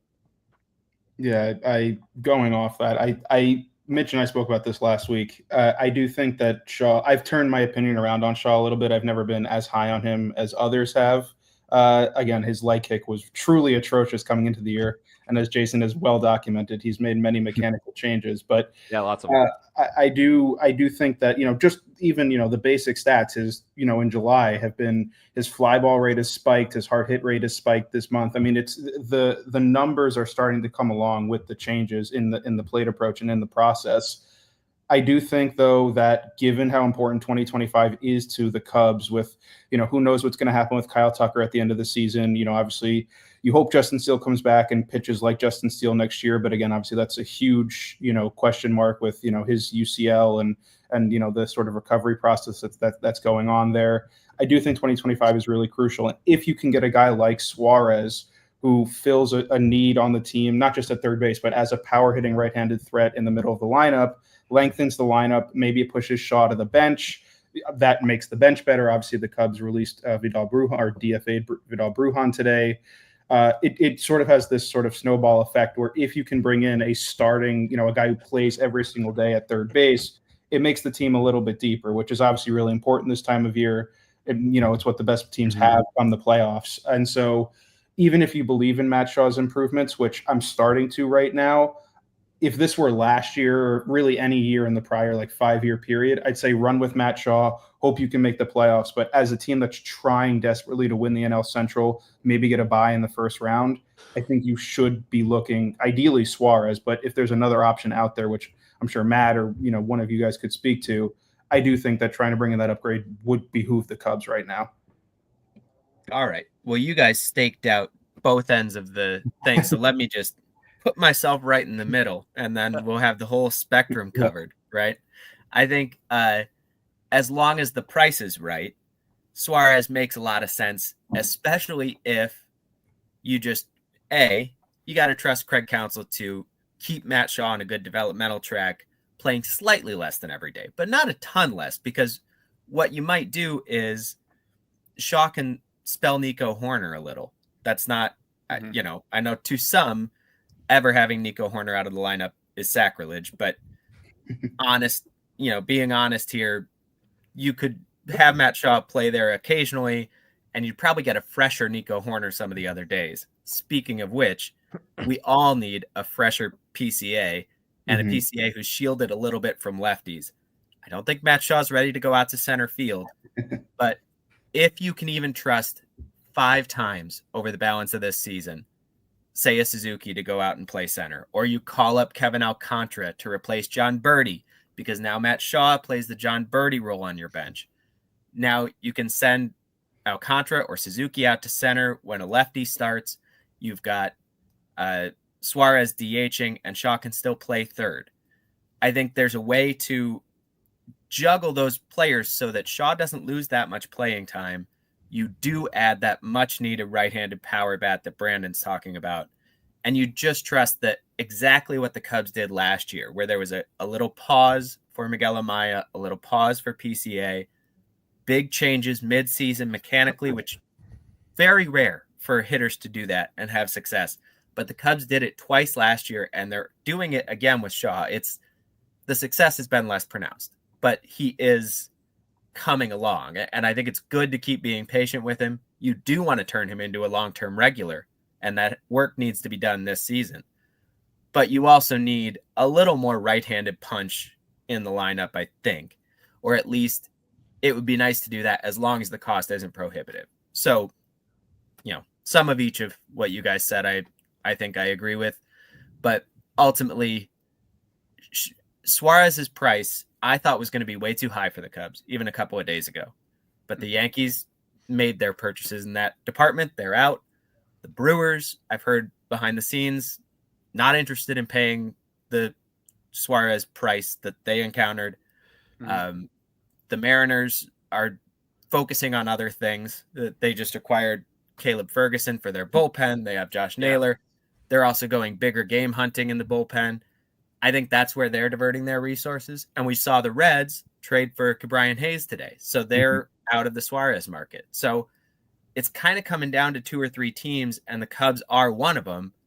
You might get Suarez for the price where it does make sense, even if what that means is Suarez doesn't play every single day. You pick your matchups a little bit with him too. But tactically, he's a great fit for what the lineup needs to sort of balance out the platoon vulnerability of Bush and PCA, and the fact that some of these regulars are playing too much and starting to show signs of wear 2/3 of the way through the season. The bench has been atrocious. It's been so bad. I kind of wonder if by Friday, if the Cubs will have almost maybe 3 new bench players than they had on Tuesday, with Miguel Amaya coming up. I think Reese McGuire goes sometime tonight and tomorrow in a trade somewhere, probably for the lowest level prospect that you could imagine. But I figure if they can get something out of him, I think he'll probably be traded. And I don't know if how you feel about it or how you guys, but they refuse to use John Birdie. And at some point I wouldn't be surprised just to see him dump him and then bring up an Alcantara to put on the bench, because right now they've got nothing for the outfield. They've got nothing. And it feels like if with losing Brujan, who is terrible, but at least like you could give him a glove and say, go play center field. And you wouldn't be like super worried about it right now. Like, they don't seem very confident in Seiya Suzuki out in center field. It feels like, by Friday, I could see 3 new players in the bench space. Because I don't know who's going to play center field at all right now. Right. And I want to agree with that, except I wonder why they didn't call up Alcantara a month ago to do this. Mm-hmm. It seems like it's been obviously overdue for that long. And he just, either they are worried that not playing every day, he just won't develop the way they still need him to. There's stuff they've got him working on in Iowa that they want to continue with everyday reps, and he obviously can't get that here. Maybe that's it. Maybe they're trying to shield him a little bit and keep his trade value up.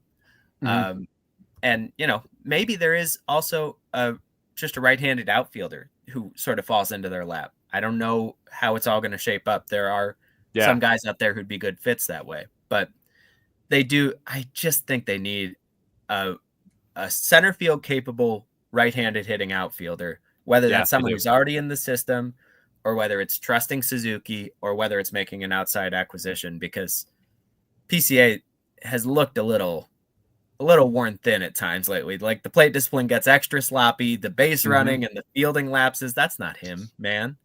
And it's a 230 OBP against lefties. How 230, guys? It's bad. Yeah, it's with him up against left-handed pitching, you basically have to hope that he hits a home run because it's not going to do much else. It's just, let's see if he runs into it this time, because there's no second good outcome. Yeah. All right. I'm jumping off, but you guys keep rocking it. Enjoy. Thanks, all right, thanks for joining us, Matt. Good talking to you. Well, I'll steal the thunder from Matt. I know we've been talking about having a right-handed hitting outfielder and a need for that. I've been banging the drum a little bit for Mike Tauchman to come back to the Cubs. I'm very big Tauchman guy. Obviously, he's a left-handed hitter and may not necessarily alleviate all that Matt was just talking about with PCA. But he's been having a great season in Chicago, in the south side of Chicago when he's been healthy. He has a 836 OPS, I think, coming into today. Obviously, the White Sox have just sort of begun their sell-off. They traded Austin Slater to the Yankees earlier. Adrian Hauser is also on the market, so maybe that could be one of those small package deals that has been talked about a little bit recently with the Cubs. If they're looking for starting pitching depth as well as outfield depth. I think that could be an interesting move if the Cubs don't go out and acquire a starting third baseman like Suarez and they're focused more on bringing in a bench bat, someone like a Tauchman who can capably play all three outfield positions, who obviously he knows the Cubs, he knows the system. I think that makes a lot of sense. Obviously, as a rental outfielder, he shouldn't cost too much. If that works, I'd like to see the Cubs go for that. Yeah, he could be one. He could be one. One of the other ones that I think maybe a little discounted in terms of like coming up and helping the Cubs bench is Christian Franklin, who's having a good year down in AAA. He's not going to light the world on fire, but if you want an internal guy who I think kind of profiles Mike Tauchman, Christian Franklin kind of gives me that feel, and the Cubs would have to be okay with bringing him up and giving him that fourth outfield place. But 117 WRC plus in AAA. He's got great approach, 16% walk rate, 20% strikeout rate. He's got and he struggled there for a little bit in the middle of the season. But, if you go back to June 18th, and you look, he's got a 138 WRC plus. He's got a 20% strikeout rate. He's got a 13% walk rate. The isolated slugging's up to 170. I think that could be a right-handed outfielder who can play across the board, who could take maybe that like bench spot as well. If they don't want to trade for a Mike Tauchman, they want to kind of spend that stuff elsewhere. At the same time, I think Christian Franklin's a great like number 2 or number 3 piece if I'm trading for somebody. If I'm the Pirates or the Athletics and I'm looking around at my outfield, I'm like, man, I could really just kind of like use a guy. Christian Franklin, I think, is a guy who deserves a shot at Major League Baseball between now and the start of 2025 or 2026 with a Major League team on a Major League roster. So I think it'll be an interesting name to kind of watch and see what happens. But I would kind of be okay with maybe him as a bench spot.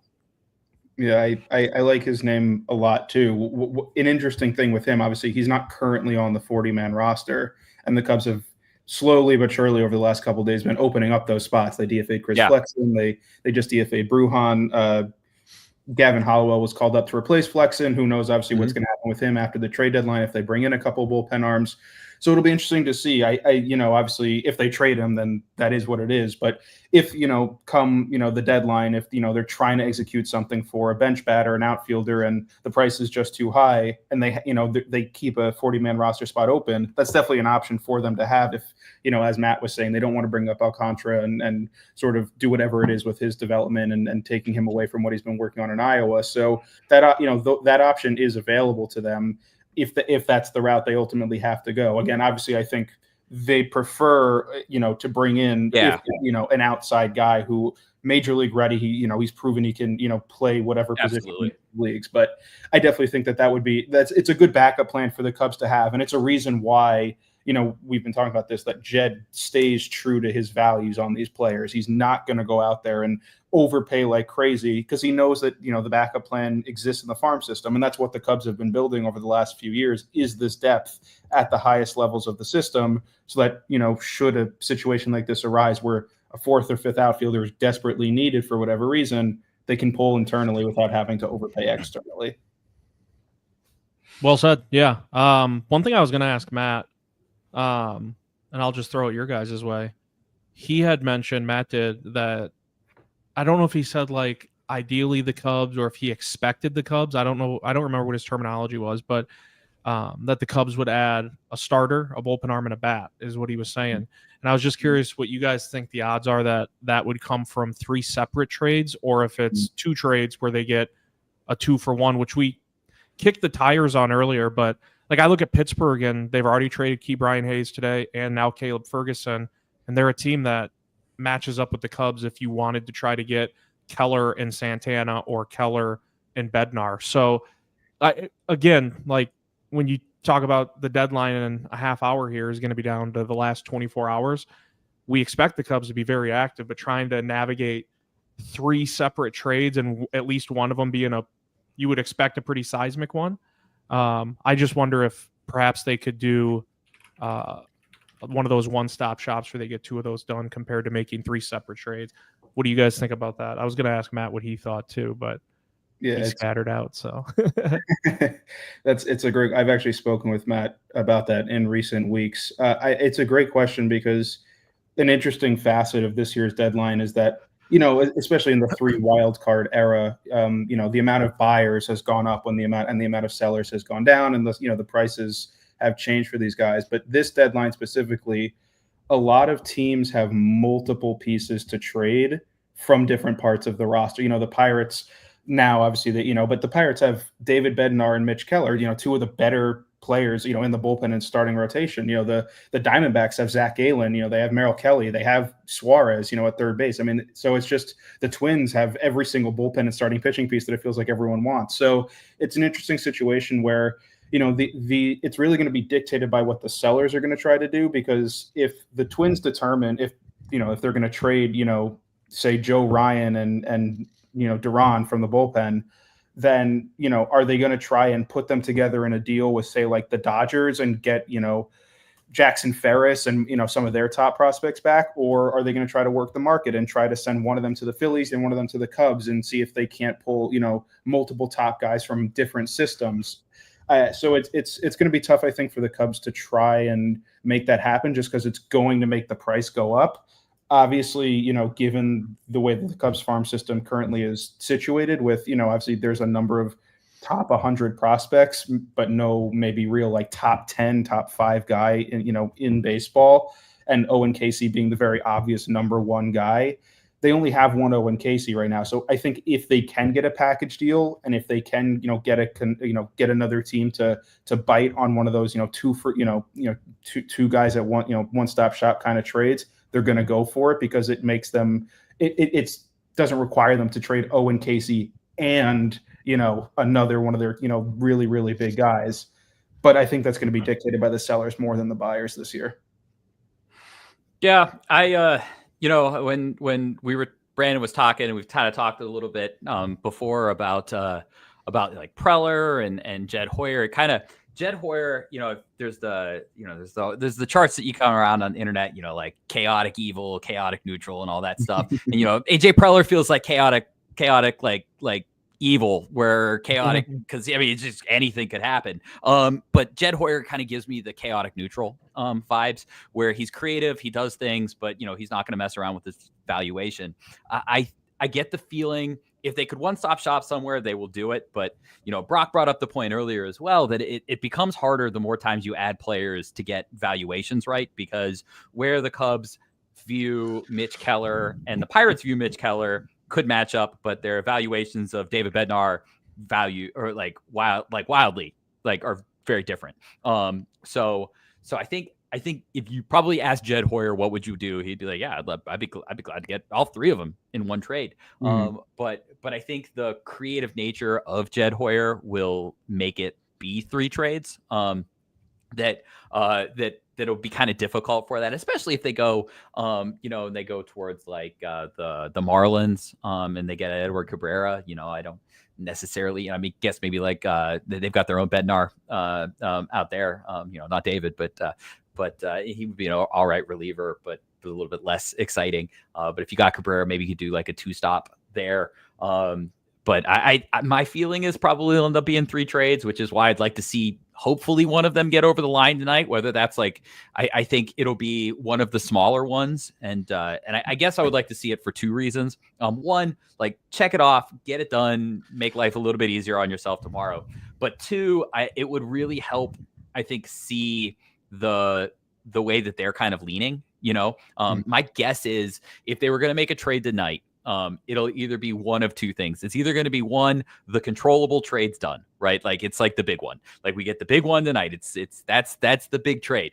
Whether it's like the reliever or the starting pitcher, or it's going to be the smallest one. And I think at that point it'd have to be third base.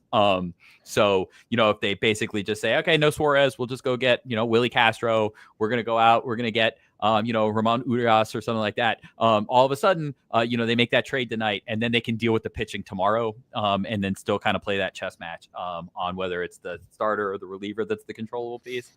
So that's kind of my feel on it. But this, listen, just guessing right now.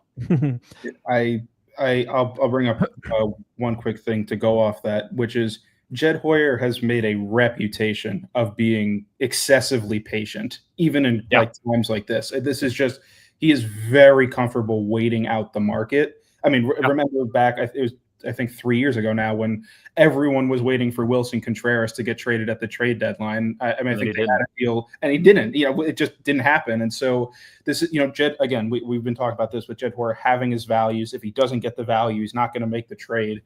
So yeah, I agree with Jason that if it's, if there's not going to be some crazy package deal tomorrow with the Diamondbacks for Kelly and Suarez, then yeah, it would probably behoove the team at some point tonight to maybe get the bullpen piece. And just so they can go into tomorrow, focus really hard on bringing in that starting pitcher that they really desperately need, and then a bench bat or something come to the deadline. But it's again, the Cubs are comfortable waiting out the market, letting other teams set the price. Obviously, the Mets just paid a gargantuan price for Tyler Rogers from the Giants, and that could shake the reliever market. And so maybe the Cubs will have to pay up because now the reliever market's more expensive than they otherwise were thinking. And it's just one of those things where, if Jed Hoyer is willing to wait teams out till the deadlines, what he did back in 2021 when he was trading, Rizzo, Bryant, Baez, all those guys were sort of traded within an hour of the actual deadline itself back then. So, I'd like to see a trade tonight, for the sake of just fandom and getting excited about it. Also, just for the actual operations of how the team is going to run on the off day tomorrow at the trade deadline. But knowing how Jed Hoyer has sort of cultivated his reputation, knowing how the Cubs have been run, I wouldn't be shocked if things, with the Cubs don't really start breaking until like 4 or 5 p.m. Eastern time, an hour or so before the deadline tomorrow. That's just how it's been done recently.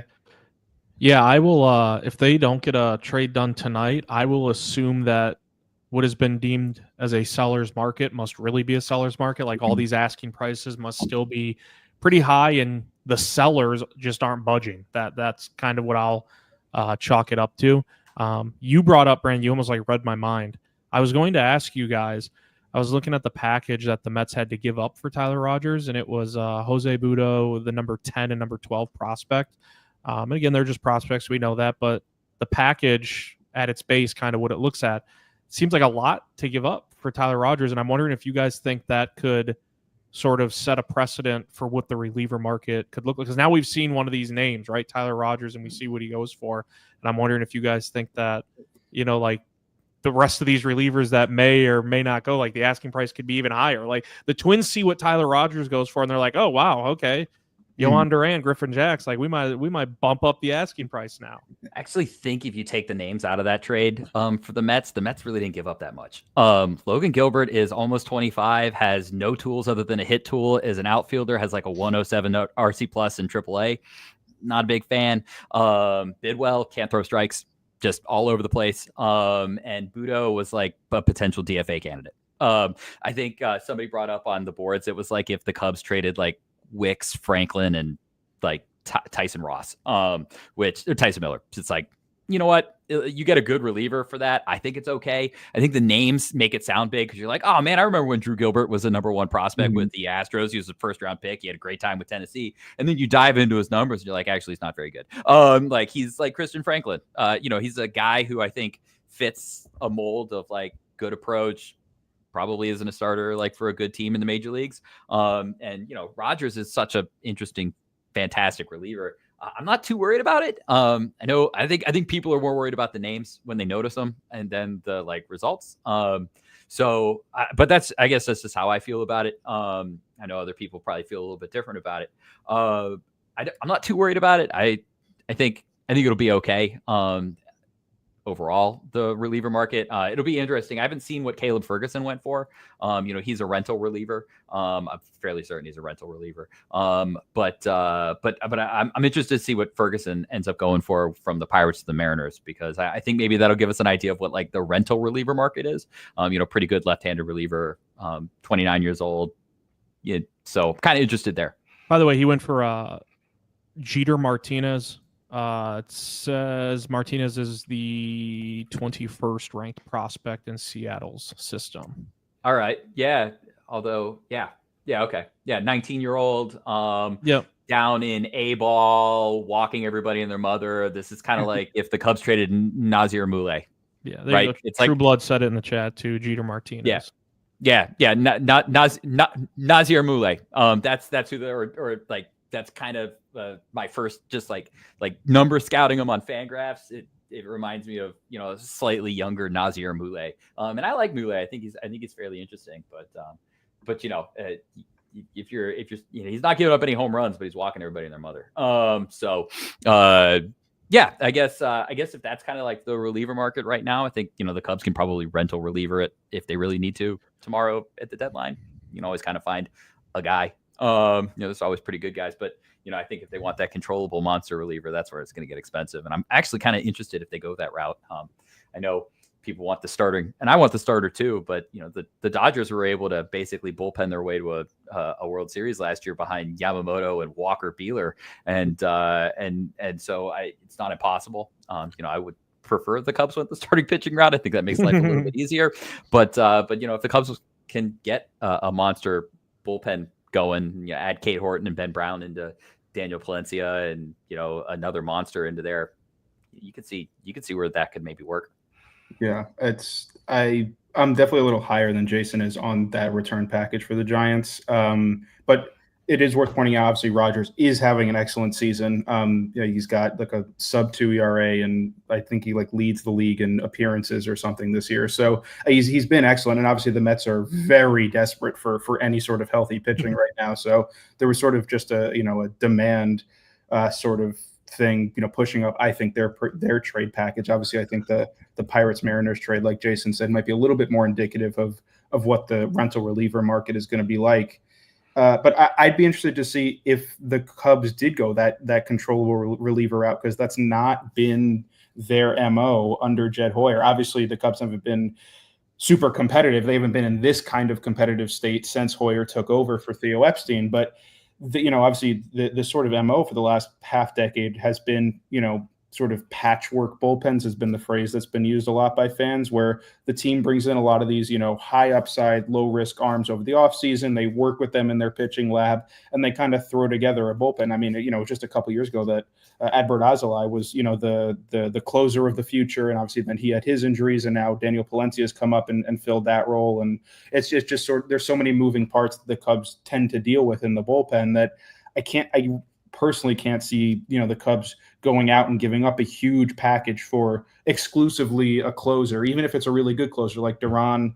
Obviously, Emmanuel Clase is now sort of in limbo with his with his situation, or even obviously he's a rental, but maybe a Aroldis Chapman reunion or something. But I'd love to see the Cubs go out and bring in one of the better, maybe David Bednar, or obviously his price would be big because it's in the division, but I think that if Jed is going to give up, those top prospect guys, it's going to be for the controllable starting pitcher. That's more the avenue the Cubs like to go. Obviously, it's just a situation where those guys are going to be so darn expensive that maybe that, it's too prohibitive for what the Cubs are trying to do, and they need to bring in like exclusively rentals. But I would be shocked, especially knowing that obviously Kyle Tucker is going to take up all the helium in the room, or all the oxygen in the room, I should say, when the offseason comes, that if the big player they try to bring in at the deadline isn't someone that's at least controllable for 2026. Yeah, I'm hoping that they get somebody controllable too. That's I know the Cubs love Edward Cabrera, and I guess I'm excited about that opportunity that it's Edward Cabrera that they go with. I think there's a lot of upside there. So my fingers are crossed. I know that the Cubs really like him. The Cubs do have a history with trading with Miami, so hopefully things kind of work out. They've already done maybe a little bit of foundational work. They got close on the Luzardo trade, and we already know that they kind of like Owen Casey. So maybe medicals are looking a little bit better. We can make that happen. Matt mentioned an interesting thing with Cabrera lowering his arm slot. The Cubs love lowering arm slots. So if the Marlins could already have done that for them, I think that's maybe another reason why they could go that route. So I think getting Cabrera would be great. And I know everybody's going to freak out if they trade like Owen Casey and don't get Kyle Tucker, re-signed. But if you have a controllable starting pitcher for the next handful of years on a pretty cheap deal like Edward Cabrera, who can slot into the top of your rotation, well, all of a sudden it clears up just a little bit of extra money that you can slide Kyle's way. So maybe that would give us a little bit of an indication of how they're feeling on Tucker. They're probably not related, but maybe they could be. So that would also be, I think, exciting on the aspect. Yesterday, Brandon, on the podcast, Jason, well, I guess it was published this morning, but Jason and I were talking trade deadline, obviously, and I had mentioned that I put a group of players, I think there's like 20 or 20, around 20 of them, and I put them into different tiers, and not like a tier 1, tier 2, tier 3, like I labeled each tier with something. And Jason and I discussed it. I'm curious to get your thoughts, and I just thought of it, Jason, because you guys have been talking about Edward Cabrera. So I had 2 guys, and Jason talked me into a third with Joe Ryan. So for me, Brandon, I have 3 guys in a top tier where, within reason, I don't care what the cost is if you acquire this player. Now, obviously, if it's like, hey, we want your number 1, 2, 3, 4 prospect, it's within reason. But I had Mackenzie Gore, Edward Cabrera, and then Jason convinced me on Joe Ryan. Do you agree with that? Like, if they got Joe Ryan within reason, I don't care what the cost is. Same with Mackenzie Gore and Edward Cabrera. Like, that's how high I am on those guys. And I'm curious where you sit, or if you would put someone else in that tier or take away one of those guys. Because if they get Mackenzie Gore within reason, and it's going to be a haul, but I'll be fine with it. I'll be fine with what they have to part with. And I feel the same about Edward Cabrera and Joe Ryan. Yeah, I think that those are probably the 3 sort of white whales of this trade deadline. Of obviously they're controllable, so are they going to be traded at all? It's a situation where those teams don't have to deal them. That could be a deal that gets completed over the offseason. I'm definitely the highest on Gore of that group. I think that Joe Ryan and Edward Cabrera they're excellent pitchers, and they may even fit what the Cubs need as a right-handed starter better. But regardless, I think if you can get anyone from that group, it changes the outlook of the rotation for the next couple seasons. And again, even if the Cubs can't re-sign Kyle Tucker, which obviously is sort of like DEFCON 100 sort of situation. I think that, if you have that controllable starter, that changes your offseason outlook too, where maybe you don't need to go, swimming in the deep end of the pitching waters, and you can go looking for, that big free agent bat, because you already have, your main guys lined up. So I don't know if I'd necessarily add anyone else to that list. Just because, again, a lot of the other best players are rentals, like Ryan O'Hearn, who's not really a fit for the Cubs, or, Suarez, who is a fit for the Cubs, but is a rental.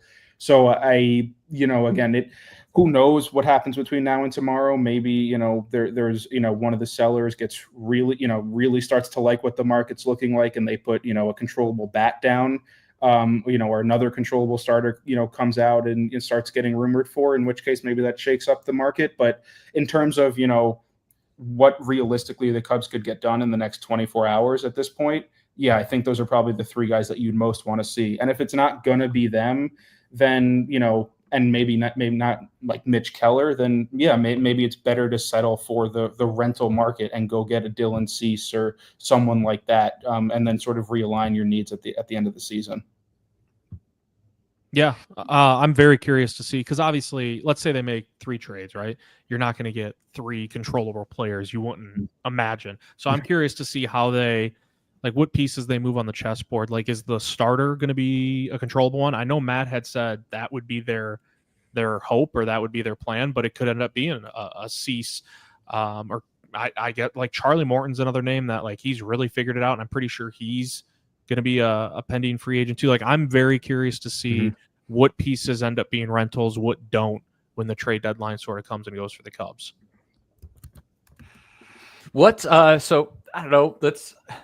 Here's a question for you guys. What would you consider to be a failure by the end of tomorrow? What's your we always talk about, kind of the positives, and I try to be positive when we talk about it, but what would your this deadline's been a failure for you feeling be? Where would it get to? What would it have to be for you to be this isn't just if they do end up going Merrill Kelly and then Willie Castro, that's probably fine. It's not probably a huge win, or Shane Bieber or whatever, but it's probably still okay. What would be a failure for you? I'll let you take it first, Brandon, and then I'll run with it too. Sure. It's a great question. Again, because we've seen the Cubs be patient to the point where they don't make the moves that we expect them to make in the past. So I think that automatically, if no starting pitchers acquired, that's pretty much a failure. I can't imagine that happens. I can't imagine that, just the need for depth, even with, sorry, go ahead. Oh, I was going to say, basically, not getting a starting pitcher, I think, is an unrealistic failure, right? They're going to get a starting pitcher. So I like that's where you're taking it. Yeah, I think obviously Jameson Taillon's coming back. It sounds like Javier Assad might be close to coming back. So, the depth is starting to pile up, but they do need that starting pitcher. Assuming they get at least one, even if it's not a controllable guy, then I think that you're looking at a situation where not bringing in, a legitimate bench bat, especially an outfielder, as we've talked about. I think the Cubs really do need to bring in someone who's capable of filling in for one of those 3 guys in the outfield. Obviously, Seiya Suzuki can fill in the corners, but he's, not the best defender, and he's better, playing DH every day, as we've learned this season. So I think, if they don't bring in, and again, it's not just another John Birdie type. It's not just another Jonathan VR type. It's a guy who legitimately, like Mike Tauchman, or maybe Kevin Alcantara, if they bring him up, but just adding to the bench and giving depth to the outfield, so that, PCA, Kyle Tucker, Ian Happ, who might be injured right now, but he hit a home run today. Those guys don't have to play every single day. That's really important. Depth is really, really key at this time of year, and it's why the Cubs have been opening up these 40-man roster spots. So no starting pitcher, no sort of 4th or 5th outfielder. I think that's sort of an indictment on what the Cubs, have been planning to do all season if they don't bring that in. Yeah, I chuckled a little bit. I don't know if either of you noticed it, because when you said what's the scenario where you're not good at the trade deadline, my first thought was, if they added a bat and a bullpen arm but didn't add a starter, I would still be I'm not crazy about this deadline. But then Jason brought up it's so unrealistic to expect the deadline to come and go without them adding a starter. That was my second thought when I thought, like, man, if it comes and goes and they don't add a starter, and then I was like, well, that just feels unrealistic. So, like, if I specifically zone in on something that maybe I could see coming to fruition, but to me it would still be somewhat underwhelming. If the deadline comes and goes, and the Cubs went and they hooked up with the A's, and they got like a Luis Severino and a Luis Urias, both who are like, hey, I'd welcome to the Cubs. But if they did a one-stop shop and just that one trade where they're like, hey, we add a starter, we had a guy who can, slot in at third base, I would still look back and be like, hey, they added, but I'd be underwhelmed with that. If that was all they did, like, hey, they got a starter, they got a bat, but it was in the realm of a Severino and a Luis Urias where they link up with the A's, they get two guys from one team. I don't know how you guys feel about that, but if that was all they ended up doing at the deadline, I would still look back and be like, man, that's somewhat underwhelming. And again, I'm not setting the bar at like, hey, they must get Mackenzie Gore or Joe Ryan or Edward Cabrera. That would obviously be awesome. But I think even outside of that top tier, there's moves they can make where I'd be like, that's a hell of a deadline. I like what they did. Let's go make a run. Whereas I would look back at a move like I just stated with the A's, and I'd be like, yeah, you added an arm, you added a bat, but to me, it's underwhelming. Yeah. I was go ahead. Just going to pull on the Severino thing. If they go in to get Severino, I'm going to be pretty not happy. I'm not a big Severino guy. Declining K rates over like 5 years. The velocity's fine, but like all the X data is not particularly great on Severino. You probably have to do some work. He's got a contract. He's there for a couple years. He's kind of a, like personality wise, not kind of my guy. So just to build on you, Mitch, just real quick before I even, I'll let Brandon talk after this and then give you my failure status. But just was jumping in on Severino. I would not be super jazzed about that. Yeah, I agree with that specific take too. I don't think he's necessarily what the Cubs should be looking to do. If you're going to bring in a controllable starting pitcher, it shouldn't be a guy making more than $20 million a season and not having a great year at that. But I will say, it's worth pointing out. Obviously, the Cubs over the last couple of years have, since Chris Bryant was traded, 4 years ago at this point, they've been consistently bringing in third basemen at the trade deadline. They made the trade for Candelario a couple of years ago. They traded for Paredes last year. Obviously, they had Christopher Morel and like Patrick Wisdom, and different guys filling in. Obviously, now it's Matt Shaw, who, has, in July sort of run away with the job a little bit, but he's certainly not the sure thing that you'd like at the hot corner. So again, that history doesn't guarantee anything, but in that sense, it would be, again, those years weren't, like make it or break it years. 2023 and 2024 weren't, sort of the seasons where we were like, this is the year for the Cubs core, like where they have to capitalize on, their guys having, the best seasons of their careers and, having all-stars, being pending free agents or anything like that. This year is that way. And so if the Cubs don't sort of continue that trend and look to bring in a third baseman, a quality third baseman, there's, even if it's not Suarez, obviously there's no like Candelario. Well, I guess, is Candelario still on the market? I know he was released a couple weeks ago. I thought someone signed it, didn't they? Yeah, am I crazy? Someone definitely picked him up. Yeah, he did get picked up. The Yankees. So so just someone, even if it's Urias from the A's or just anyone else, to sort of, again, lengthen the bench, give the Cubs that depth, that would be another failure for me for sure. Yeah. If we want to wrap things up, I thought there'd be one more sort of fun exercise to do, putting everyone on the spot. If we want to finish, I thought we'd predict one name that by deadline time tomorrow ends up as a Chicago Cub. I'll be selfish and go first if that's cool, because I feel like Jason might take mine. Mine's Shane Bieber, and I got a little hesitant when Matt was referencing how stubborn Cleveland is and how difficult they can be to work with, based off what they will typically ask for and won't budge off of it. I just think there's been links to Bieber in the past with the Cubs dating back to last winter, and when I think about how the Cubs can sometimes view things through their own prism, I feel like Bieber checks a lot of their boxes where they will look at that situation and be like, man, we think we could eventually talk Cleveland down, right? Talk them away from like this outrageous asking price. And they view Bieber as a guy that they could buy low on. He has a player option. So that doesn't work in Cleveland's favor for trying to, trade him. The Cubs can bring to the table like, hey, he might be a rental. And then, hey, we don't know what he's going to look like. And so I just think Shane Bieber, there's been links to him in the past with the Cubs and the Cubs' interest in him. And what I believe it would end up looking like for a trade package going back to Cleveland. I think by the end of tomorrow, Shane Bieber would be my pick for he's going to be a Chicago Cub.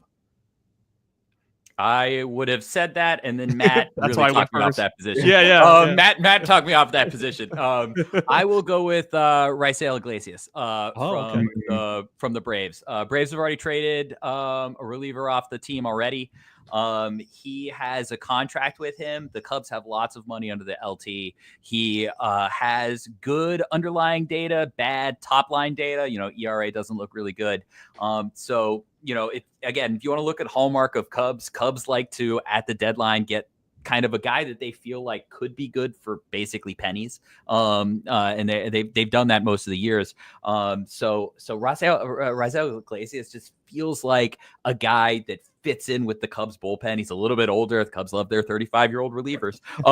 So he kind of fits like a Jed age. He fits like a Jed profile. And that's kind of contingent on the Cubs getting one of these starters. So I think that are controllable, right? The Cubs really like Edward Cabrera. So I would be kind of thinking it's almost like a twofer, right? They spend most of their prospect capital on Edward Cabrera. Then they come back and they basically get a freebie out of Iglesias, who the Braves can't really ask for much because he's been bad. But the Cubs can basically buy him off of him for free. So you send a low level prospect back to the Braves, like a JP Wheat, big velocity, but can't find the strike zone. The Braves get something like that, basically their version of like Daniel Palencia, from when the Cubs got him a few years ago, and the Cubs get Raisel Iglesias back, who they could, slot in for the the eighth inning right-handed reliever, and you kind of get somebody I think the Cubs like. So I'll say Iglesias is my prediction. Brandon? I really like the Iglesias pick. I think that's a great, if they go the controllable starter route, that's a great bullpen guy for them to target. My answer is Suarez. I've been banging the drum for him for months. I really do think he's a perfect fit for the Cubs. But beyond him, I actually really like Adolis Garcia. I know the Rangers are sort of in this really weird limbo state of they're probably going to be buyers because their starting rotation has sort of resurrected itself in the last couple months. But if they're looking to sell, if they're looking to maybe move some guys at the trade deadline, I really like Garcia in the same way that, Iglesias, I think, sort of benefits, the Cubs being a guy who's had a lot of success in the past. He's having a slightly down year this year, and that, maybe the Cubs can, buy low on him and help him turn things around. I like Garcia for the same reason. He's been much better defensively this year than he was last year. He can very capably play both corners of the outfield. He could probably fill center field in a pinch. He is a right-handed hitting power threat. He averaged, I think, like 30 home runs a season over the last 4 years. Again, this year he's been much worse than he's been really since like 2020. But if the Rangers are willing to part with a guy who I think he's got one more year of team control left after this season, and, if the Rangers are looking to maybe bring in, a prospect of their own to build with for like their next little contention window, if they don't believe this is their year, I'd love to see the Cubs go out and target Garcia, who can play DH, who can fill in the outfield when needed, and can generally just be a right-handed hitting power threat off the bench, which again, I do think is the Cubs' biggest need outside of the starting rotation. Just to finish it up, Brandon, I was hoping there'd be a party that would just say a crazy name like Paul Skeens and then with a straight face try to convince us for like 60 seconds. Like, I really think Paul Skeens going to end up as a Chicago Cub tomorrow. That's kind of the direction I was hoping you were going. Hey, that would, I talked about a failure. That would be a win of a day. Chicago. Anything else you guys want to add before we bop out? No, I'm excited to see it. I'm excited to see what they end up doing. I'm both nervous and scared for the reactions of Cubdom online. We'll see how it is. I can only imagine that the first thing will be excitement. Then once they see the names that are attached to it, it'll be, how could you do that? Worst trade ever. And then hopefully over the next 2 months, everybody forgives them and everything goes well. So that's kind of where I'm at. I'm just excited, nervously excited. Yeah, I agree. Again, obviously, the Cubs haven't been in this position with Jed Hoyer at the helm where they are very clear and obvious buyers and perhaps the single biggest buyer on the market. Obviously, they were the single biggest seller on the market a couple of years ago in that sort of fire sale of the World Series core. Now they have this sort of new World Series core, or at least they're hoping it's one. So I'm going to be really interested to see, how Jed Hoyer tackles being the biggest buyer on the market, a team that has very obvious holes. And again, it's a seller's market where there's not all these, so many options to pick from. And I'll be interested to see, is he willing to maybe budge a little bit on those valuations to ensure that the team brings in, the players that it needs to fill the roster hole so that it can compete with the Dodgers and the Phillies and the Brewers of the National League. Yeah, well said. We will see. We're now 24 hours away from the trade deadline officially closing up. Shout out to Brock for putting this together. I had fun. I hope the viewers had fun too. Yeah. Jason Ross. Yeah, Jason Ross, Brandon Glick. I am Mitch Widmeyer, and well, at least make sure to follow us on all our platforms too. Northside Baseball, the website, the YouTube page, various other social media outlets for Northside Baseball, and we appreciate everyone tuning in. And Jason, I know next time we have a podcast, we'll be talking hopefully about some new additions. Yeah, talk about the fun stuff behind it. Like I said yesterday, it's going to make my minor league report a lot easier. So thanks for everyone for tuning in. This has been the Northside Baseball trade deadline discussion.